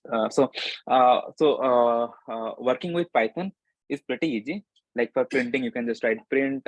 For loops like I think like if you really want to learn Python, you can just start by uh, translating the things that you have learned for any programming language. Let's say for C, your for loops, you know how a for loop works, and you know that you require a for loop now. You can just go to the net and then sort of type that what is the for loop for this code, for this C code, and you will get the corresponding Python code for that. And if you do this iteratively, you will learn the Python very easily. So I would suggest to go in this way rather than sitting and taking a Python tutorial like variables and loops and all. I think this way you will be able to learn Python pretty easily. But again, like I will try to make sure that everyone knows Python.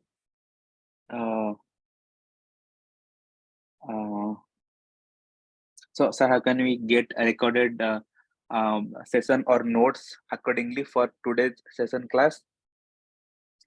So I'll share the notes and I'll share the recorded version of this session so that you can refer to it in future.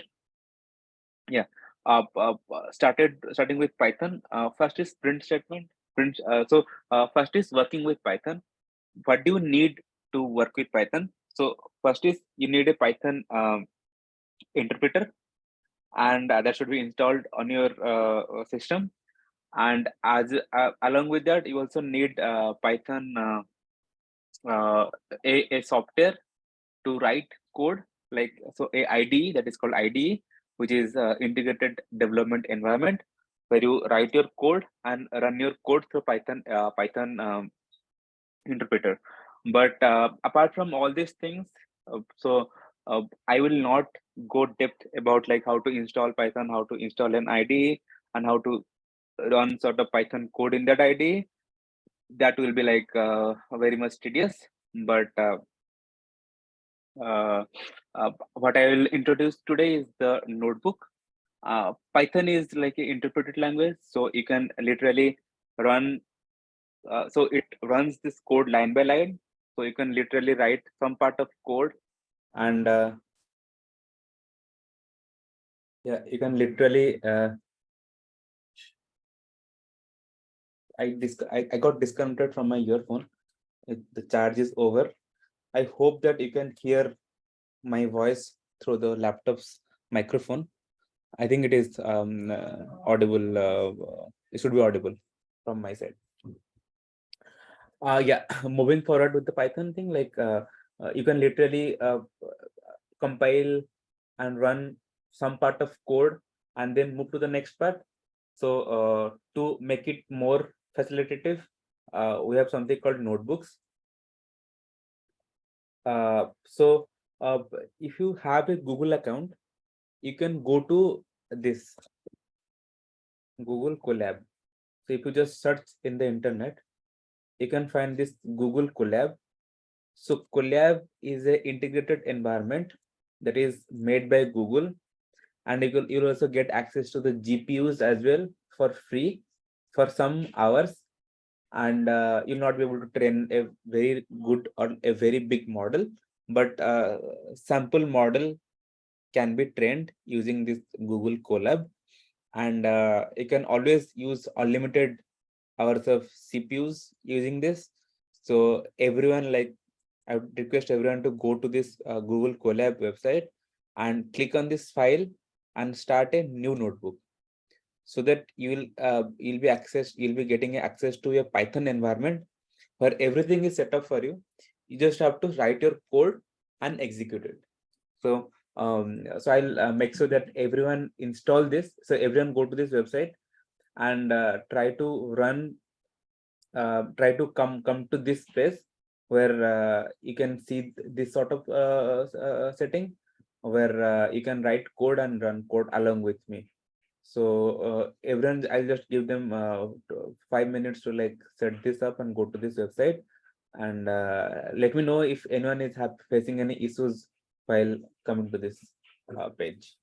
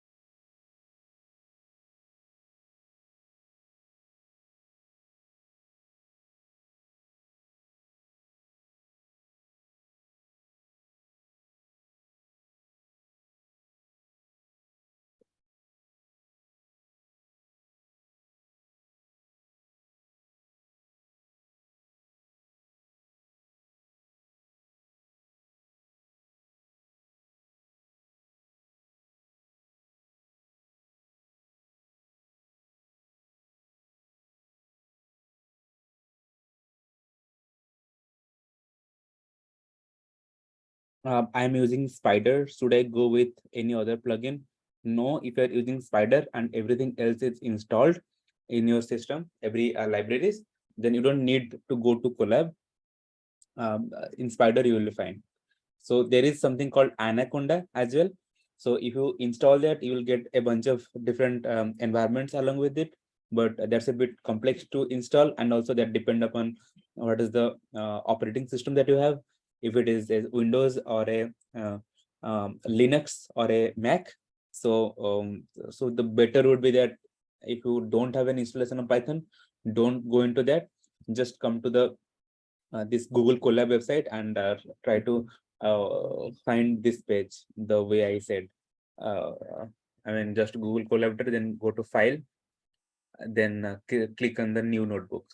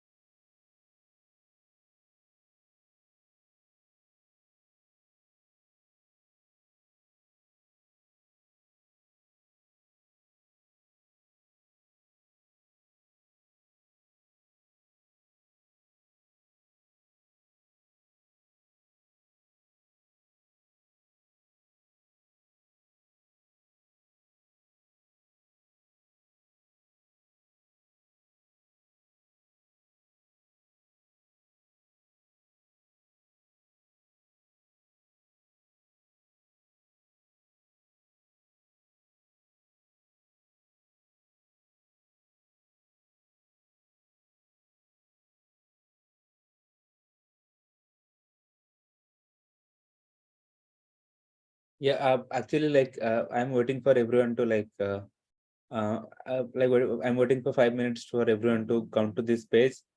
If you still face any issues, ping me now. If you like haven't figured it out, like how to install, how to come to this page, you can also ping me now.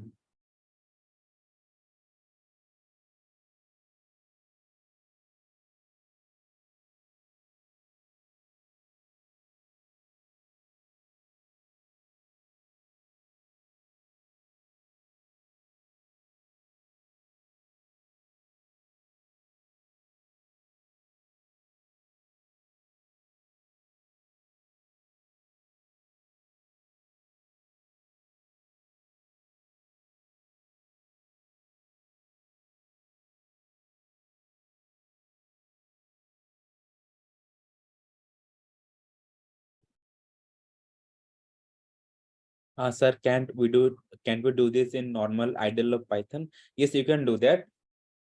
What I'm asking is that if you don't have a normal IDE of Python, then you can come to this Google Collaboratory and start your coding right away without uh, sort of losing any, without sort of getting into this trouble of installing and downloading stuff.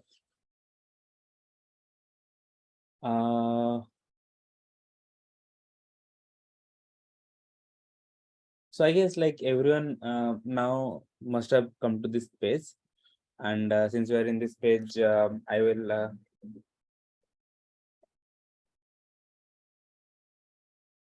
sort of go to this page and start a bit about talking about the Python.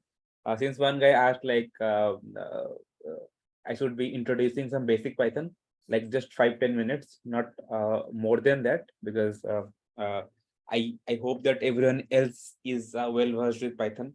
So because this is the introduction to ML codes, so it is required some knowledge of Python. If you don't have a knowledge of Python, you should at least have a knowledge of some programming language.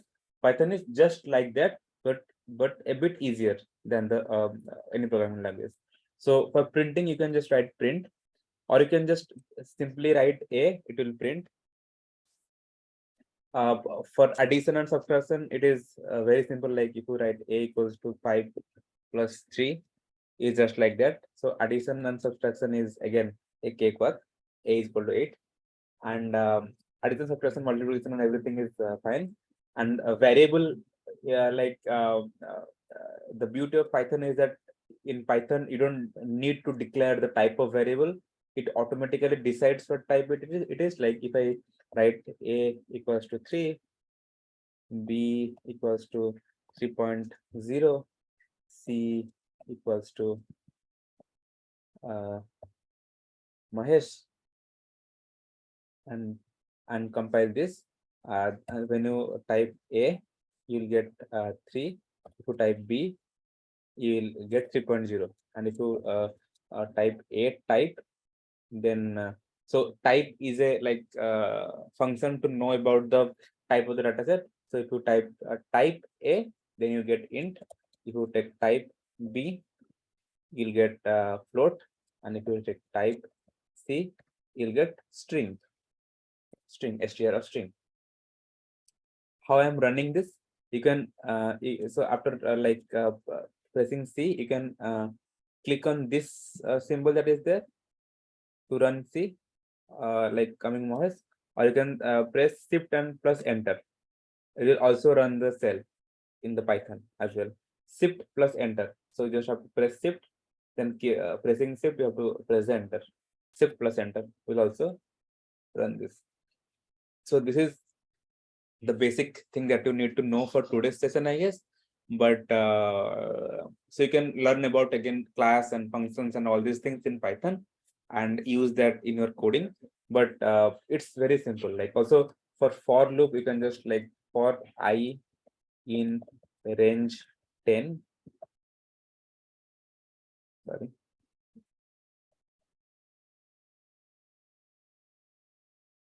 Print I. So it's like it is same as in C++ or C, like for I equals to 0, I less than 10, I plus plus, and printf I. So it is same as this statement. So it is just more clear and more easier to write. For I in range 10, when you put range, it is always less than 10. So I will start from 0, and if you print I, it will print at the I. And in C or C++ or Java as well, you have to put these curly braces to define a block. But here you just have to put this column, and you have to start the new line by indenting it to some certain spaces such that it will know that it is a new block. So for new block, you do not need to put curly braces, only spaces is fine. So this is the code for loop, which will just print from 0 to 9. So this is sort of a basic way to look into Python. Is the same thing. So I will not tell you explicitly what is it in Python. So if you know this, so it is very easy to understand this one. It is just a copy paste with some changes. So if you have some error, you just have to Google that and see if why the error is coming and how to rectify it. But the concept wise, it's the same thing. So if I just walk you through the code, it will not be very difficult for you to understand the code, what I believe. But if you still find it difficult to understand the code, do let me know, or do ping me on the message. I will stop and I will try to explain that particular portion of the code explicitly for you.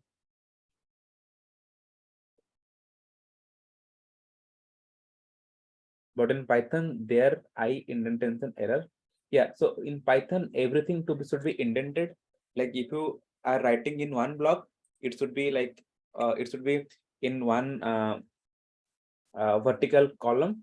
And since here for loop is started, it's a new block, so you cannot write the print statement in the same line as for. It will show you a error like this, like giving a red bar on top of that. You can indent it using spaces, one space. If you indent it using space, everywhere you should indent it using space. But if you indent it using a tab, so it's better to use tab. You just press tab and you have to indent tab everywhere in the code. So whatever you choose, you have to choose that consistent around the code, so that the code will know that if it find a tab, it's just an indentation to show that a new block of code is starting. But all these things we'll talk about this like later. I mean, another like while walking you through the code, but it will be beneficial if you come prepared a bit about the Python and start doing some programming in Python, so that you won't forget and you will be much more conveniently. You can write the code and you can run the code that is given in this workshop.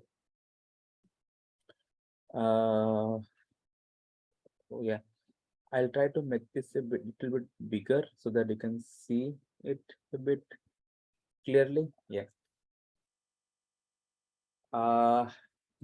So that is enough about the Python. I will try to now start with the code walkthrough, and I would I will download this one and put it in. I don't think I can put it in chat, I guess. No, I don't think I can put files in chat. What I'll do is that I can make this public.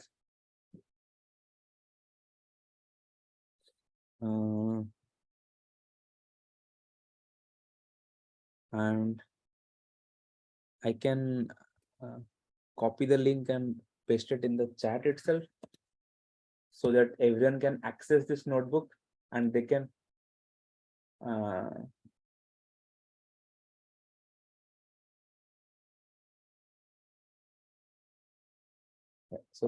access this notebook and they can follow along with me in this tutorial. So you just take this notebook. If you have Python installed in your local, you can open it directly in your local. If you don't have Python access in your local, you can directly go to this link and try to edit. No, I don't think you can edit the stuff. You can make a copy and edit the same notebook to see the results. And like as I said, if you take this code with you, you can easily follow along, and also later you can write your own code or modify this code to play around with the dataset. So I'll make sure everyone take this code, and if someone can't access to this code, do let me know in the chat. I'll see the permission issues that is associated with this code notebook.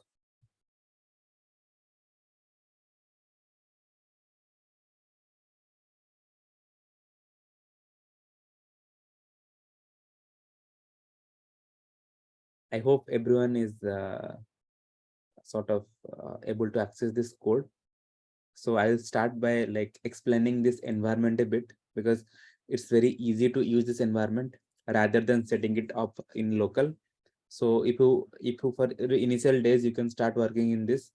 So this in this collab environment, you have something in this left side of the panel where you have table of content. You can see all the topics and subtopics in here, and here the search button as well. And here is a list of variables that is declared on your notebook. It is pretty helpful if you want to track some variable in your notebook. What is the value of that? What is the value it is taking? And here comes the file section. So in the file section, you can like suppose you want to work with some data set, and you have that data set in your local, and you want to load the data set, and you want to see the data and visualize it, and sort of do the analytics, some analytics out of it. So you can upload the data set to this, and you can sort of start playing around with this. So I'll try to upload the data set that I have now, so that you can have the same data set as well, and we can both run the code. So you have to go to this.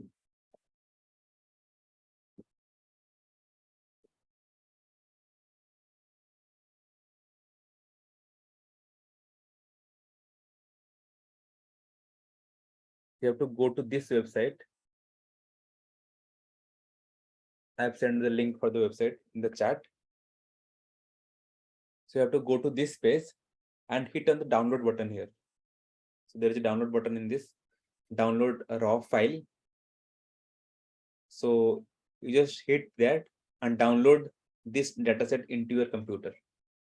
So do ping me if you cannot download this and cannot get inside get in the computer.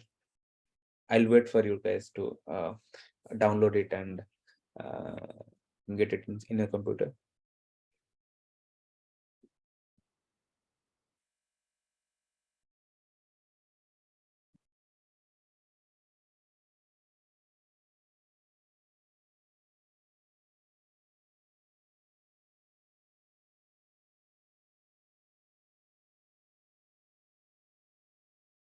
Can everyone down? Okay, I got the chat downloaded. Okay, thank you. Yeah,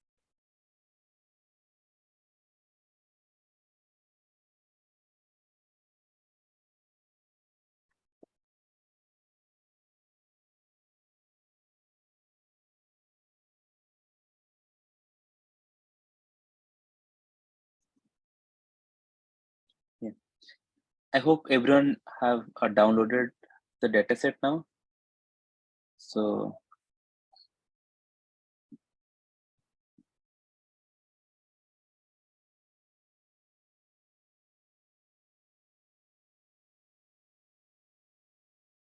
yeah.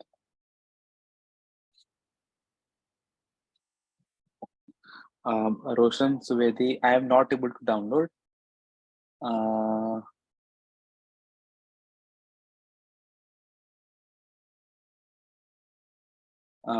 So if you click this button, you should be able to download the dataset, I guess. So did you find the button that is there? Download raw files. Okay. So you just have to go to this page, and there is a button here. So there is this bar, previous code blame, then there is raw, then there is copy symbol, then there is download raw file button. So you can, if you hit that, it will download the file to your system. I have already downloaded this file, so I won't be downloading it now. Yeah, yes, sir, done. So I guess like everyone has downloaded the dataset. So now we will try to upload. So now if you go to the day one notebook, I'll show you how to upload the dataset that you have downloaded to your notebook. So here you see this side panel in the left of the notebook. Then you have to go to the fourth one where there is a folder symbol is there. You click that. You'll see this sample data folder, and there is another folder here. So you can do it in two ways. You can always sort of, one second.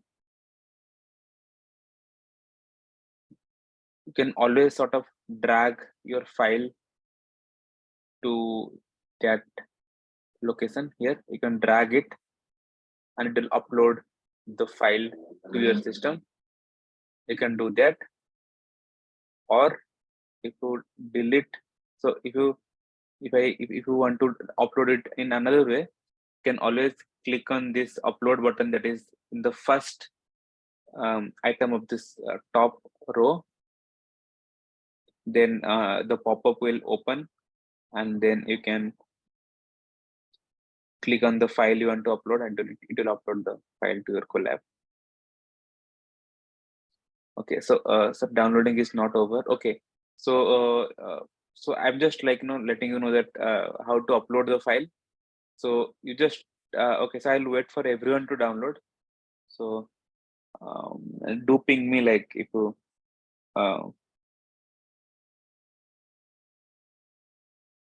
face any issues in download.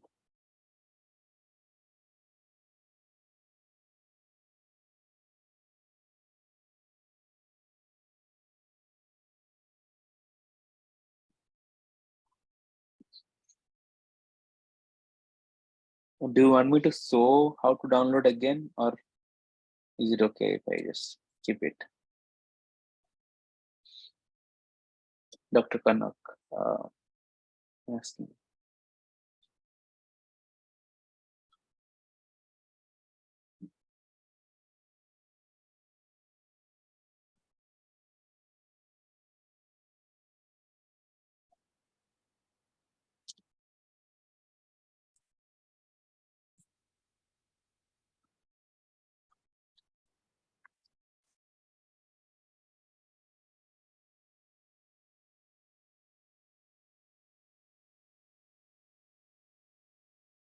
Okay, so you have to go to, so I have shared the this page link in the chat.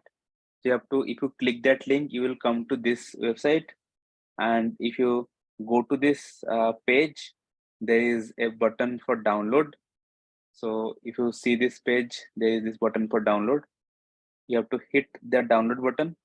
The file will be downloaded to your system.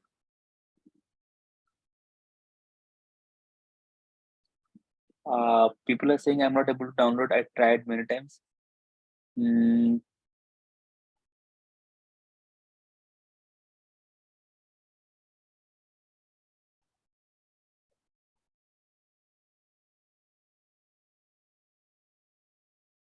Yeah.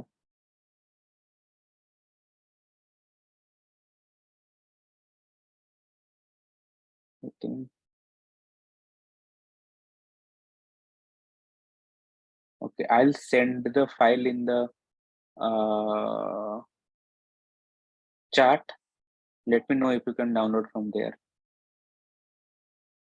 I've sent the file in the chat now. Yeah, it's there. Pravalika and Yoshita, I guess, and Dr. Kanak. If you can, if you could not download earlier, you can download from the chat itself. I have put the Titanic.csv file in the chat itself. You can click that and you can download that. So let me know if you guys have downloaded, then I can move on to the next part.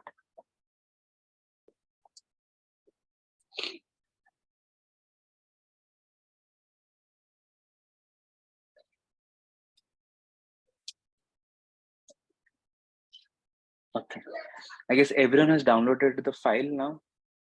So I'll move to the uploading part.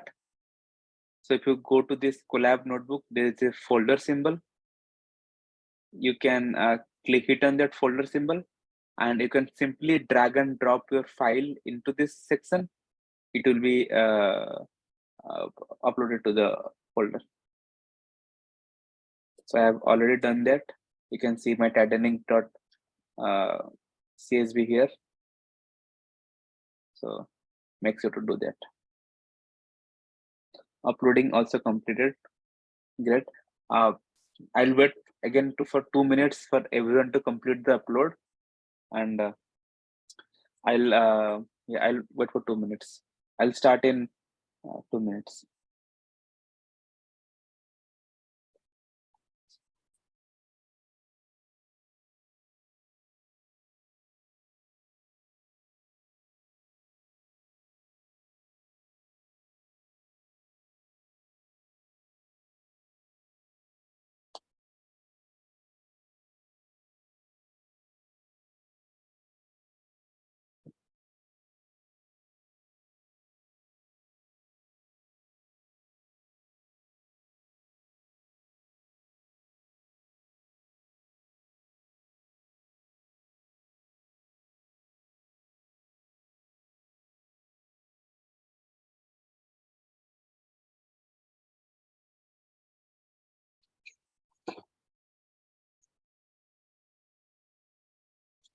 Yeah, I hope everyone has installed, so uploaded the file.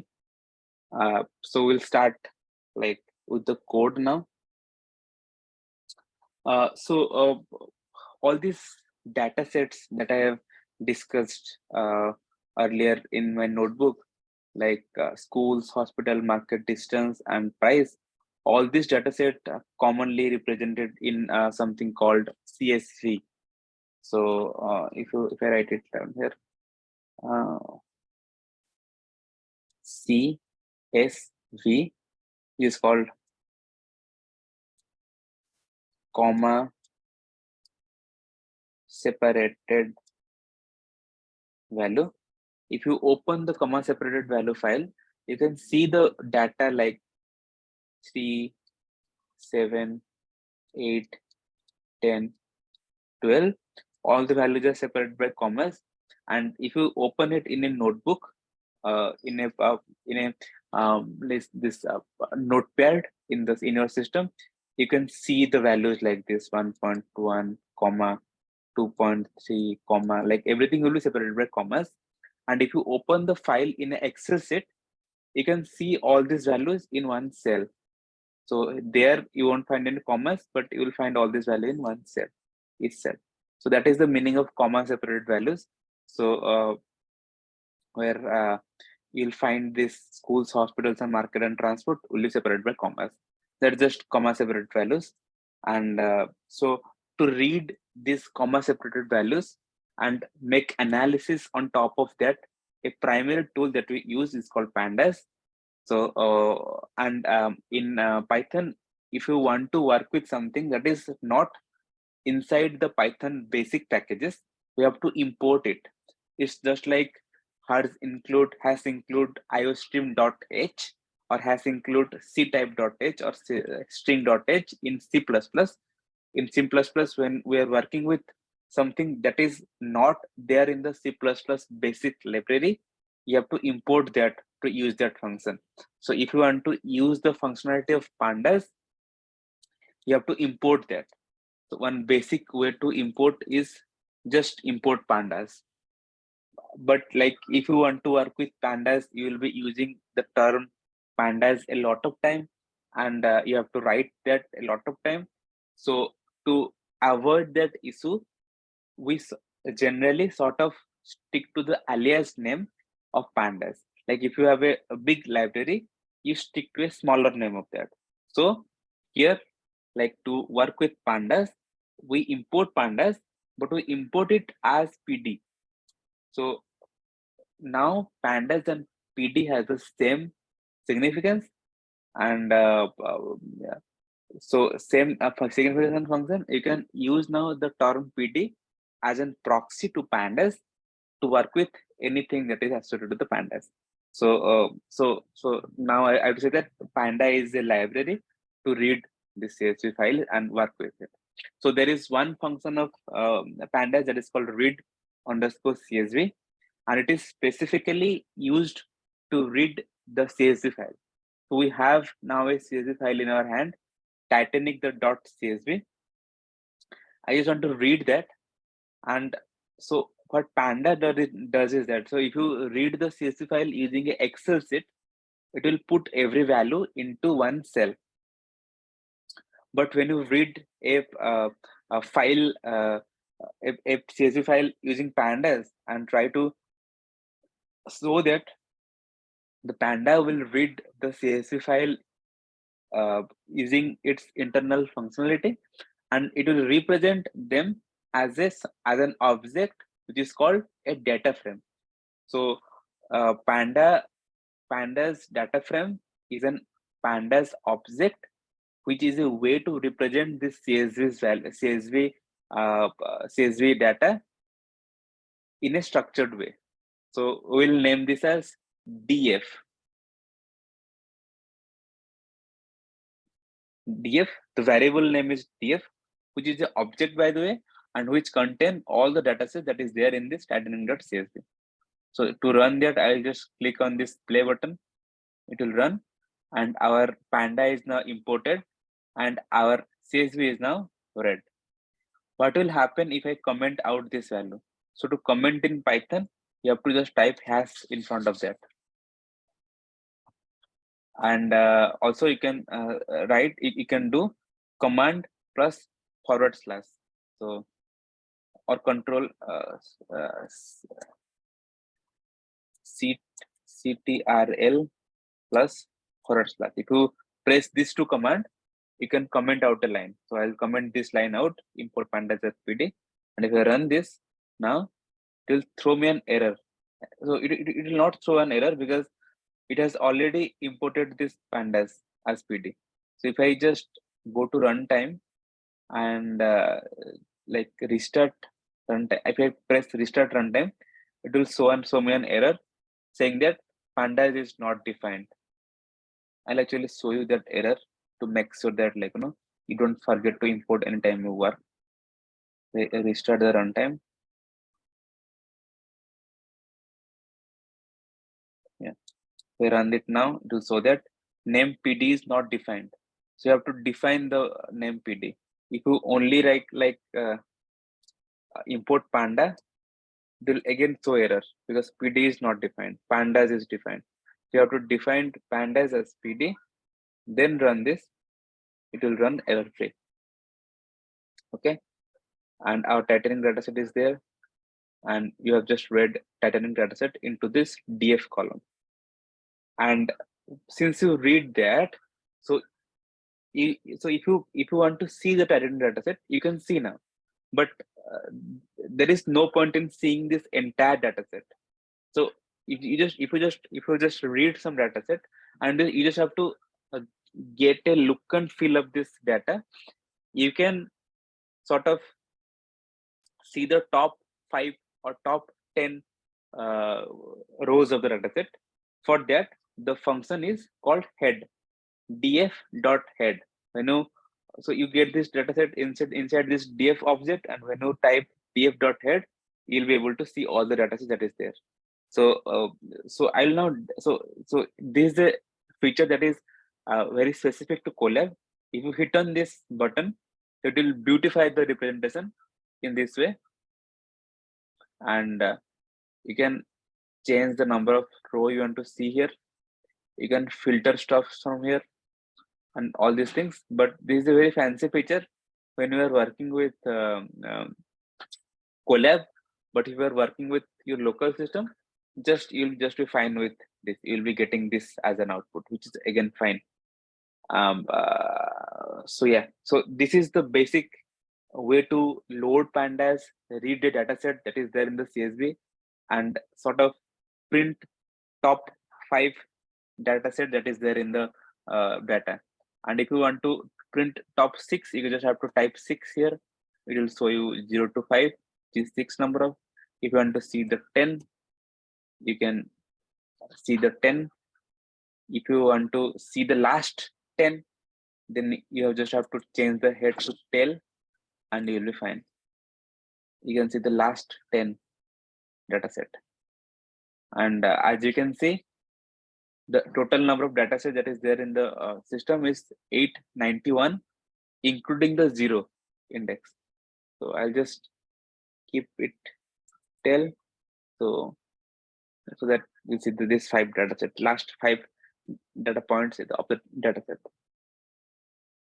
So this is a basic way to load a data set and import the pandas, load data set and print it.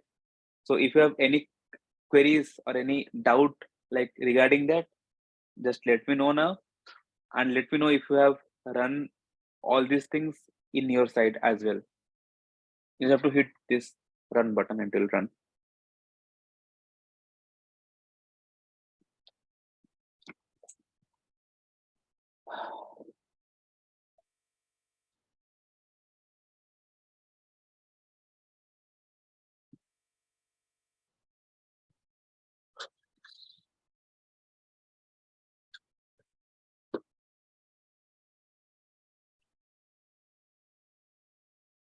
Dr. S. Chandramouli is asking if we want to create our own dataset file, how to do it.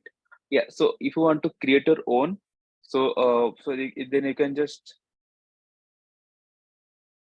create it in the Excel sheet. So you can, for example, I'll just go to this sheet, Google Sheets, and yeah, so like new dataset, and let's say your dataset have 2 features, feature 1, then feature 2, and you have one label, and feature 1 has value say 1, and feature 2 has value say 2, label is 3, then feature 2 has 2, label is say 1, 5, 4, then 6, label is say 2, and like this. And you want a data set, so this is a data set. Like if you have some features, some labels, just type it out in a Google Sheet. And if you want to take this and read this using pandas and print it using pandas and do some analysis, what you have to do is just go to file, then go to download. You can download it as XLSX, CSV, TSV, ODS, anything. But I'll just give a brief introduction about this. XLSX is just macro to Excel format. CSV is comma separated values, and TSV is tab separated values. The values will be separated by tab, not by commas. You can separate your values using anything that is not there in the dataset. You can also separate your values using column as well. That there is nothing called column separated values, but it will be comma separate values, but instead of comma there will be columns. So I'll show you how to make it a CSV. So if I open this, it's a CSV dataset like this, and you can also sort of upload this thing to Colab.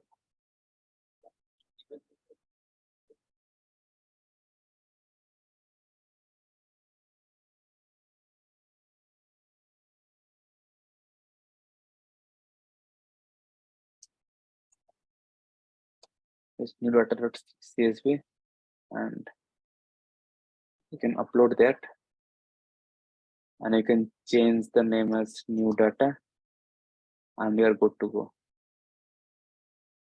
You can see your dataset here, feature 1, feature 2, label. So this is the way you create a dataset and then download it by as CSV, then put it in this place to read that and play around with the dataset. I hope that answers your question, ma'am.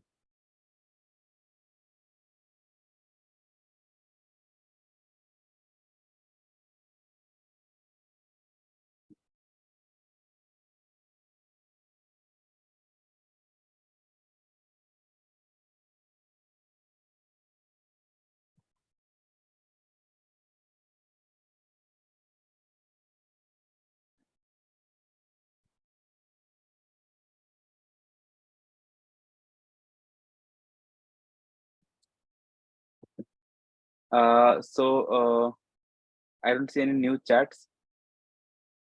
I hope.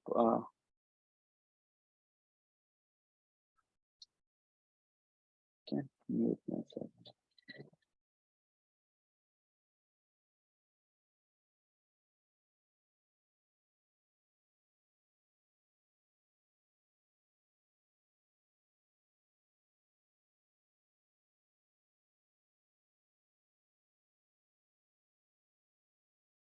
Yeah.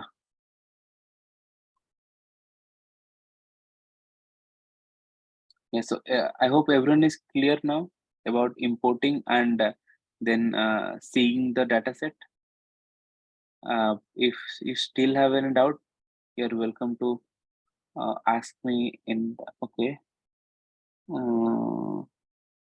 I got a lot of questions. I didn't see. Uploading also completed. Yeah. Sir, can we call DF as an object? Yes. So DF is an object of this. DF is the data frame object, which you name it as DF, and it is a variable as well. I mean, a object is a variable. So yeah. Yeah. So thank you. I'm getting error. K Radha is saying she's getting error. So on which cell are you getting error? In the import and loading or in the exploited data analysis cell? And if you could let me know, like, what is the error that you are getting? I'll be able to like resolve that right away here. Yeah, go ahead.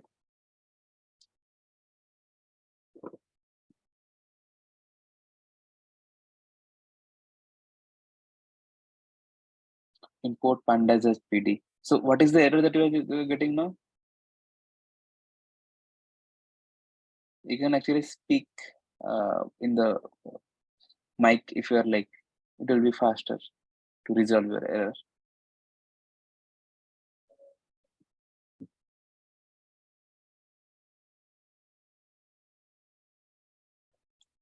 File not found error. Yeah, I think you have not uploaded the CSV file into the Colab notebook. That's why it is showing the file not found error. So make sure that you, so let's say I have, so if I click on this file folder, I have titanic.csv and I have new.csv. If I change the spelling of Titanic to C to K, I think it will be shown that file not found. See, error 2, no such file or directory titanic.csv. Either your spelling is mistaken or you haven't uploaded the file yet. So make sure you have the file uploaded right away. Then if you run it, it will be fine. Recheck it if it is there, or you can re-upload it, or you have to check the name that is there in the file should be same as the name that you are using to read the file. Otherwise, it won't read. So also you have to see the location that you have uploaded. If you uploaded somewhere else, you should be seeing these three things. If you have gone to this folder and uploaded, it will be an error because you are not in that folder as a root.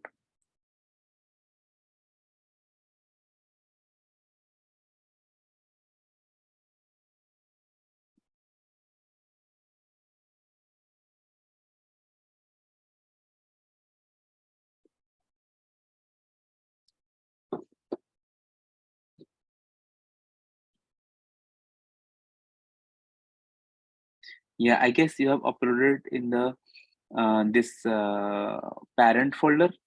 So what I would ask you to do is that do like refresh this, or do like go to the runtime and restart the runtime, and then try to upload in the parent directory, like in the in the root directory. Um, so you must be seeing only sample data and titanium.csv, nothing else than that. So make sure you do that, and I think after that you'll be able to read the Titanic file from your end. It will be working fine. Yeah. So moving ahead with the code example. Let's say, so this is like reading and viewing the data set head and tail is done. So then I will be going to like exploring the dataset a bit. So if you do this df.shape, SHAP, you'll be able to get the dimension of the dataset, row and column. So I did that and I run it.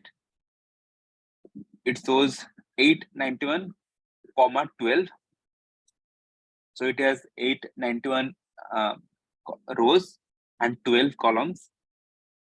From it, you can assume that the dataset size is 891 with 891 data points, and out of 12, 11 is features and 1 is class. So before moving forward, I would like to talk about this dataset. This is a very classic dataset which talks about how the people that took the Titanic is dead or survived. So they have given passenger ID, passenger class, if they have booked class 1 or class 2 or class 3 ticket, name of the passenger, sex of the passenger, if it is a male or female, age of the passenger, then I guess this is something SIP SP is something some related to some the SIP something parched or not, ticket number, fare that they have paid for the ticket, cabin, which cabin they were staying, and embark, like from which port they started their journey. So given all these things, we have to predict that the passenger has survived or not survived. So this is a very interesting task where they have collected all this data and they try to make their way through this. Like, I mean, given all this data, given what is the age, given what is the sex, and given what is the fare that they have paid for the ticket, or given which class ticket they booked, they want to predict that if the passenger has survived or not. It's a very interesting problem, and we'll try to figure out that in a later Hansen session. But as of now, we're just exploring the type of passenger who went in that ship and about the status, like are they dead or are they survived the crash. So if we see the dataset description, we see that a total of 891 passengers were recorded, and they are judged across 11 different features, like passenger class, passenger ID, name, sex, and we have to predict if they have survived or not. So if you recall our discussion on supervised learning, this is a classic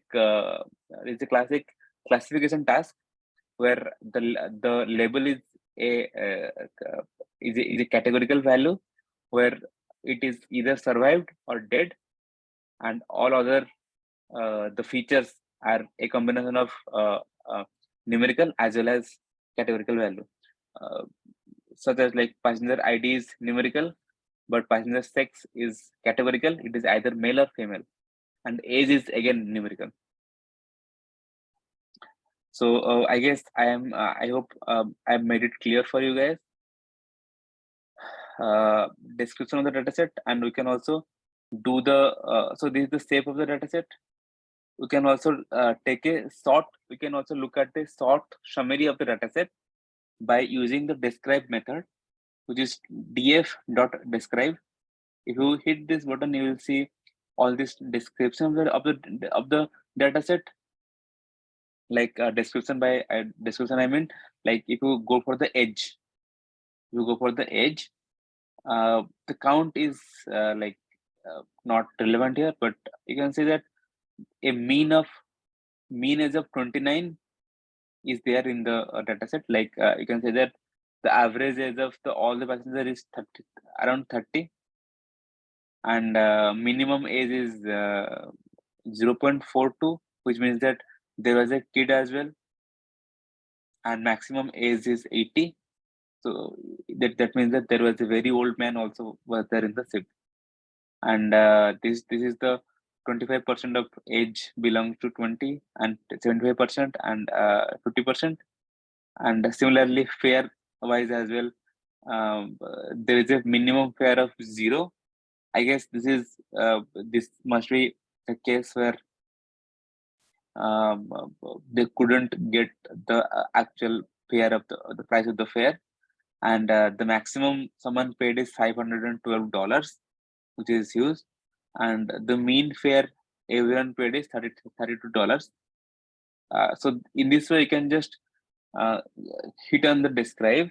Go to the describe method and start exploring your data, and you can see interesting outcomes of the data that is there in the data, like age, what is the mean age, what is the maximum age, what is the mean passenger ID and maximum passenger ID, and everything about that. Even also, if you want to see about the feature, so you have all these features associated with the dataset, and if you want to take look into the information that is associated with the features, you can go for the .info method that is there in the data frame, where you sort of see all the columns that is there and how many values that they have, and how many non-null values. So there might be some cases that you don't know the age of a passenger, or you don't know the this cabin in which the passenger was. So in that case, the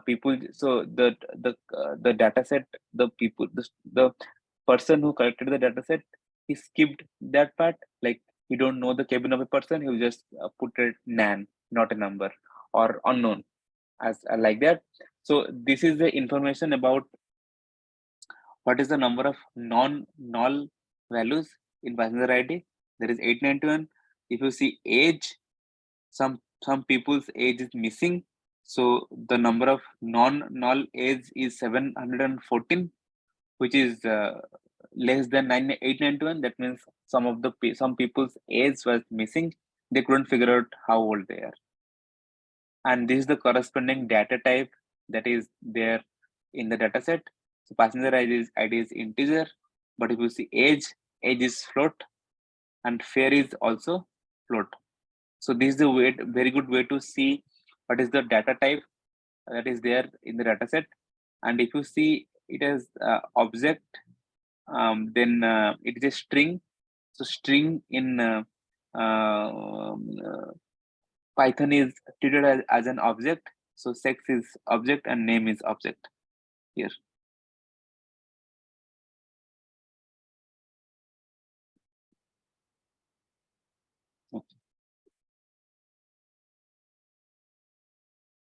So and another important, so this is like a basic description of the data set.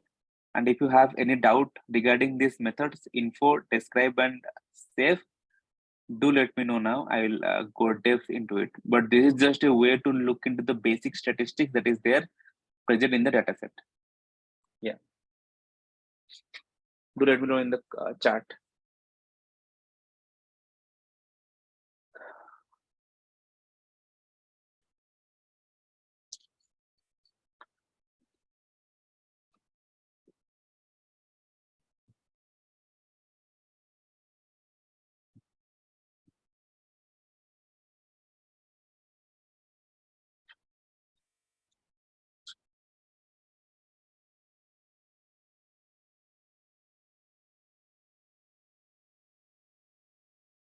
I hope everyone is clear about that.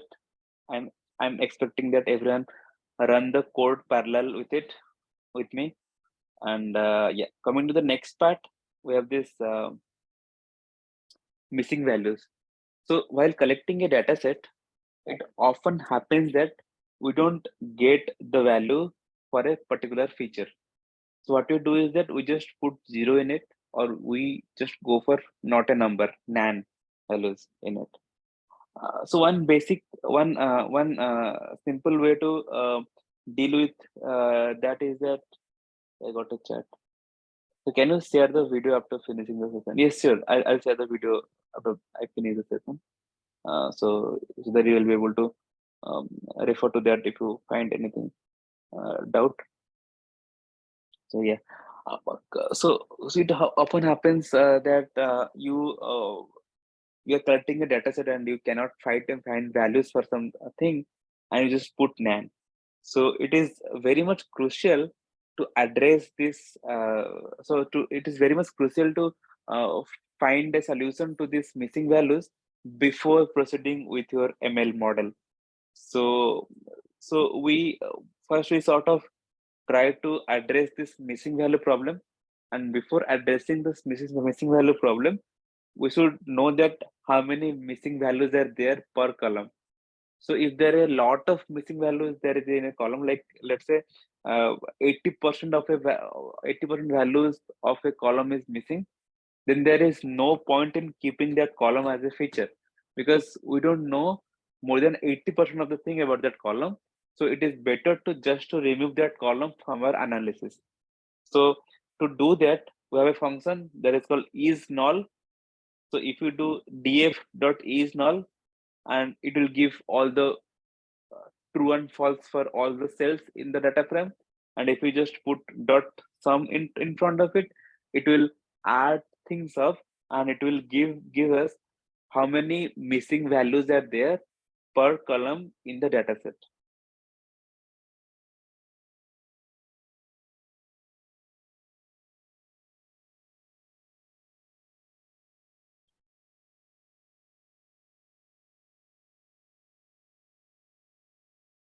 I get a query. So I have downloaded the dataset in my Google Drive.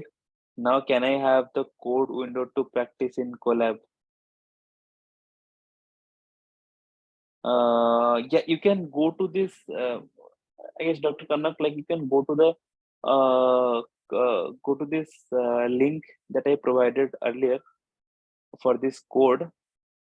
If you click that, and if you click that, and I'll send it again. If you click that and you go to this collab session, and then you can I guess upload this dataset there, and you can start working on it. Yeah, that won't be a problem, I guess. Yeah, so it is very crucial to see what is the missing number of values in a particular column. So we use this function to see what is the number of missing columns, so missing values in a column. So we can see that passenger ID has 0 missing values, survived column has 0 missing values, name has 0 missing values. We have got everyone's name, but you can see age has missing values, like 117, 177 number of people. We couldn't, like, the person who collected the dataset couldn't get the age of 177. Also, he couldn't get 687 cabin numbers. So it's like, if you see, 687 is sort of 80% of or 70% of 891. So it is better to remove this column as from the analysis. And embarked has 2 missing values, so it is better to fill it. So while so there is something called missing value imputation. So the rule is that if you have missing values, so just write it missing value. There are several ways to deal with missing values. So if percentage of missing value is high, then remove the column. If it is not high, then either fill it with mean, median, or mode, or fill it with a number, and this is very specific to the data that you are dealing with. So if I'll show you, we have the cabin here, and cabin is 80% scarce. Like cabin, we don't know cabin of many people. So it is just wise to drop this column. But if you see embarked or age, you can still fill that values using mean and all. So what you have done is that, in the end, what you have done is that we have seen that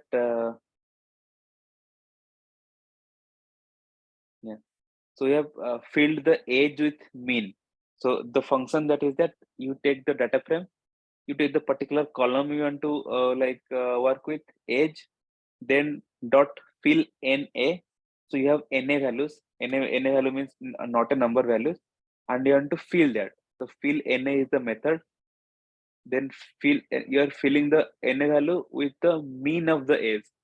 So it's very if you think it through, it's very practical to fill the value of age with the mean. And but if you go to the embarked value, so embarked value is like from which point you have taken the Titanic. So if you have you taken from this point or that point, so it is better to go for the mode. It is better, like if you are missing two values, it is better to fill it with the most frequent one that people have taken. And for cabin, I have also put it as mode, but it is better to drop it. So I'll drop it later. So this is the way you handle the missing values. So to drop it, you can always do that this dot drop and put the column name. So I'll put embarked here as well. So that, sorry, not embarked, the cabin.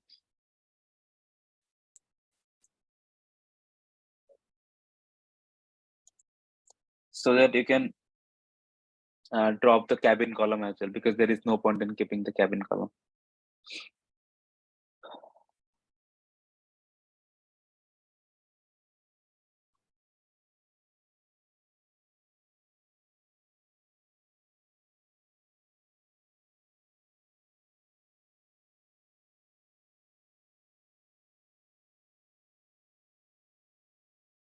Yeah. Coming back to the point where we left, looking at the missing values, then if I want to explore a particular column that is there, so let's say I want to explore the survived column. So I'll just go to this data frame, then this square bracket and survived. Then I'll just do value counts. So value counts will give me, so if your column is a categorical column, value counts function will give you unique values for all the category. So in the survived column, we have two categories, 0 or 1. 0 means not survived, 1 means survived. So if I do this value count and print the survival count, you can see that it printed 549 of them died and 342 of them survived. So number of count of 0 is 549 and 1 is 342. So it's like basic exploring a column, exploring the data set. So you have to do all these things before starting with the machine learning. So it is called data pre-processing, where you process the data before feeding it to a machine learning algorithm. And I'll now introduce two new libraries, and it is heavily used for plotting. That is called matplotlib, and one library, NumPy. NumPy is used for dealing with metrics and higher dimensional metrics. We'll not be using that today, but I'm just introducing it, and I'm just importing this, and I'm creating alias as well, PLT and NP, because NumPy and matplotlib is a very big name to type everywhere. So I'll just use the alias as PLT and use PLT instead of matplotlib. So here we saw that 549 of them survived and 549 of them died, and 342 number of students, number of people have survived. So if you have to plot that, so the code for that will be like this. So I'm plotting the survival rate. So PLT is the matplotlib object. First, I need to define the figure size. So you have to define the figure like plt.figure, and then figure size is 6 times 4. Then you have to specify the type of plot you want to plot. Here it is a bar plot. You can also plot line plot, scatter plot, histogram, and many other things. Whatever you like, you can plot on the matplotlib. So since I want to plot the bar plot, I will use the plt.bar functionality. And in the x-axis, I want the survival counts, and in the y-axis, I want the survival. So in the x-axis, I want to, if they survived or not. In the y-axis, I want the number of people who survived in this section. So survival count is a data frame. So survival count is a data frame. So I will use so it's a series, I guess. It's a series. Let me see. So if you want to see any variables type, you just have to do this type, and that variable, it will give you the variable. Yeah, it's a series. So data frame is a 2D thing, but series is a 1D thing. So you can just pandas series is a one-dimensional data frame. So since it has a series, its index is 0 and 1, and its values are 549 and 342. So if you want to plot the bar plot, you want yes and no as your index, and survival counts as your y-axis, and you set the x label. So x label means like you want to set the label that you want to put in the x-axis at survived. So it is now written survived. If you want to put the y label, the label of the y-axis as count, so it is named as count. You want to title as survival count, so it is survival counts here. And you want to replace the 0. So here you can see here you have 0 and 1, but since you want to replace that with no and yes, so you just replace with x ticks, and 0 will be corresponding to no and 1 will be corresponding to yes. So you do that with x ticks. You can also do the similar thing for y ticks as well. So that will be converted to some other things that you decide, and then you hit plt.show. So plt.show will allow you to plot the curve in your notebook. So PLD is not defined. I'll run this cell and this cell, and you get a plot. Similarly, if you just see this block, it is same as this block, where you are just trying to do the same thing for the P class or the passenger class. If it is a class 1 ticket or class 2 ticket or class 3 ticket, I'll just directly run it, and I'll also run the corresponding code for the plot. Here, this is the passenger class distribution, and here you have class 1, class 2, and class 3. So it's a very good way to now see that you have put x ticks here 0 and 1, and you have put yes and no and yes irrespective corresponding to that. Here you don't have x ticks. That's why you can see there is the library by default put one, like a scale of 0.5, put 3.5, which is not very good looking because the passenger class is either 1, 2, or 3. So to do that, I will take this line here and I'll paste it here, and I will change from 1, 2, 3 x ticks, and I'll name it as class 1, class 2, and class 3. Yeah. So now all these things are gone, and it is now class 1, class 2, and class 3. And this is the way you plot your bar plots. And if you want to play around with matplotlib, everything else is same. You can see the same thing for age column. So here is df.age, and here we are sort of plotting the distribution of age. So you have to plot the histograms.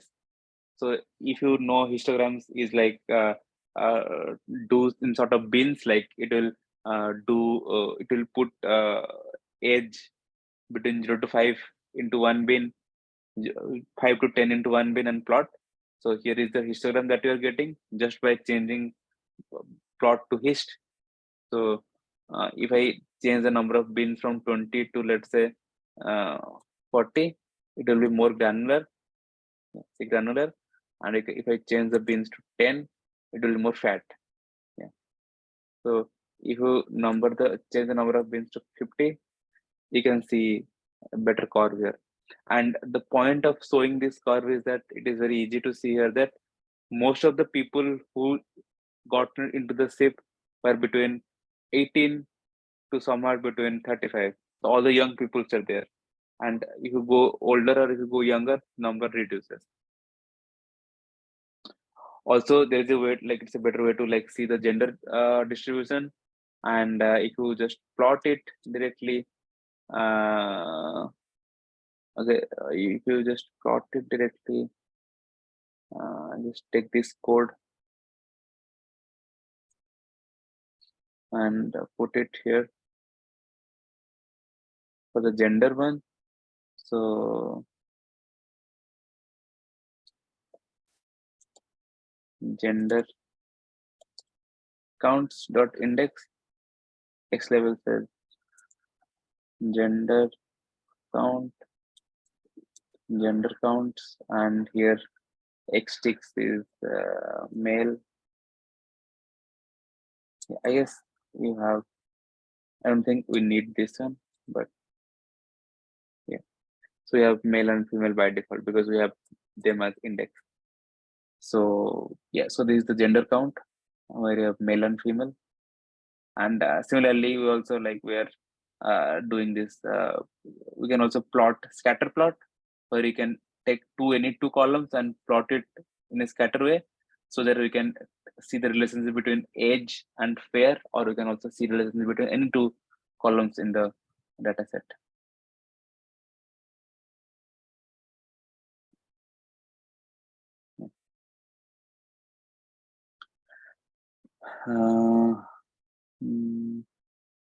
So these things I have already covered. So this thing I already covered. Like if you want to drop in data set, you can just go about like you can just define those these columns in a list, and you can just go drop, call the drop function and pass those columns, and all these columns will be dropped. And I have also already discussed this row to fill the values with NA by the mean and the mode. This is done.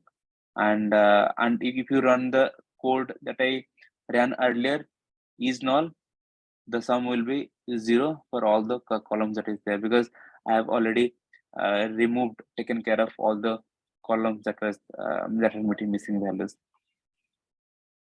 Apart from that, if you remember, I was talking here about the images and text and audio.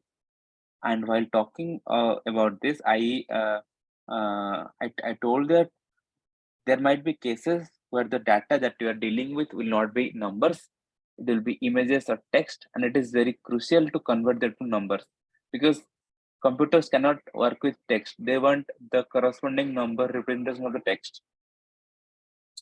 But if you see here in the data set,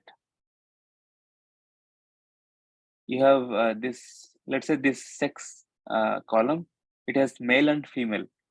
So how do we represent male and female so that the computer will get that, okay, this means male, this means female, and do the operation accordingly, and will not get confused. So one way is to one way is called one-hot encoding. So I'll just talk about that. So you take the sex column where the value is either male or female. You delete that column and you create two more columns. One is female column and one is male column. If the value is male, the female column value will be 0 and male column value will be 1. The value is female, the female column value will be 1 and male column value will be 0. In that way, it is, you'll be replacing that column to the number of columns that will be equal to the number of category. But here it is a very clear representation. It is very clear representation how you can represent this a male and female sort of thing in very simple way and elegant way. It is called a one-word encoding. You sort of put 0 for the case where there is a male and put 0 for male where it's a female. The function to do that is dot get dummies. You have to call the pd.get dummies and pass this data frame as it and which column you want to convert and what is the prefix you want to put in this column. So if I put sex here, so it will be sex female and sex male. So and you will get this one not encoded df, and if you print the head, you'll get the output like this. So this is like the basic way to load the Python data. And first is loading, then basing. So first is loading dataset, loading the importing the library and loading the dataset. Then is exploring the dataset to see if how many columns are there, which columns are necessary, and which columns are not necessary, and which columns you need to drop, which column you need to convert to from text to this numerical, which column has missing values, and which how to deal with the missing values, how to fill that. If there are a lot of missing value in a column, you have to delete that. So after you do all these things, your data set is prepared. And once the data set is prepared, you need to do some visualization that is called visual exploration, where you look into all the columns visually and see is there a connection between them, or some statistics or some analytics that you can do from the visualization itself. So you do that. After this point, your all those machine learning algorithm will be applied on top of this processed data. So we never go and directly apply the algorithm to the on-processed data, because it will throw error because of a lot of things. So now the data set is ready and it is processed. We can happily like do some ML stuff on top of it. And yeah, so this is the way we do. And I will continue with this data set in the day 2 as well, where I will train some ML model on top of this. So is there any doubt that you want to ask on this? Because today's session is, I guess, is over. Time is up. So I think I covered everything that I wanted to cover. So there's a question that, sir, for what kind of missing column do we add the median value? So it depends actually. So so I can give you example later, but there is no such example that I have in my mind right now. But you can also, so also it is a like, play around. You can do mean and check your performance. If it is not improving, then you can apply median. But values such as age, it is better to do the mean.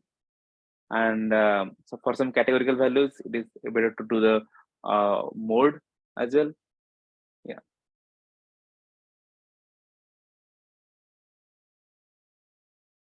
Yeah. Any other question apart from that?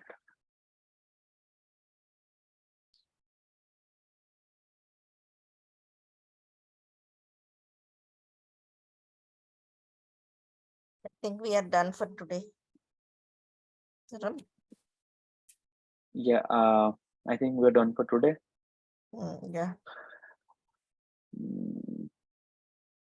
I will. Yeah, I'll save the recording with you, ma'am, and you can upload it to the YouTube and send the links to the students. Yeah. Some of the students asked me in the private chat that how fast can I get. Okay, sure.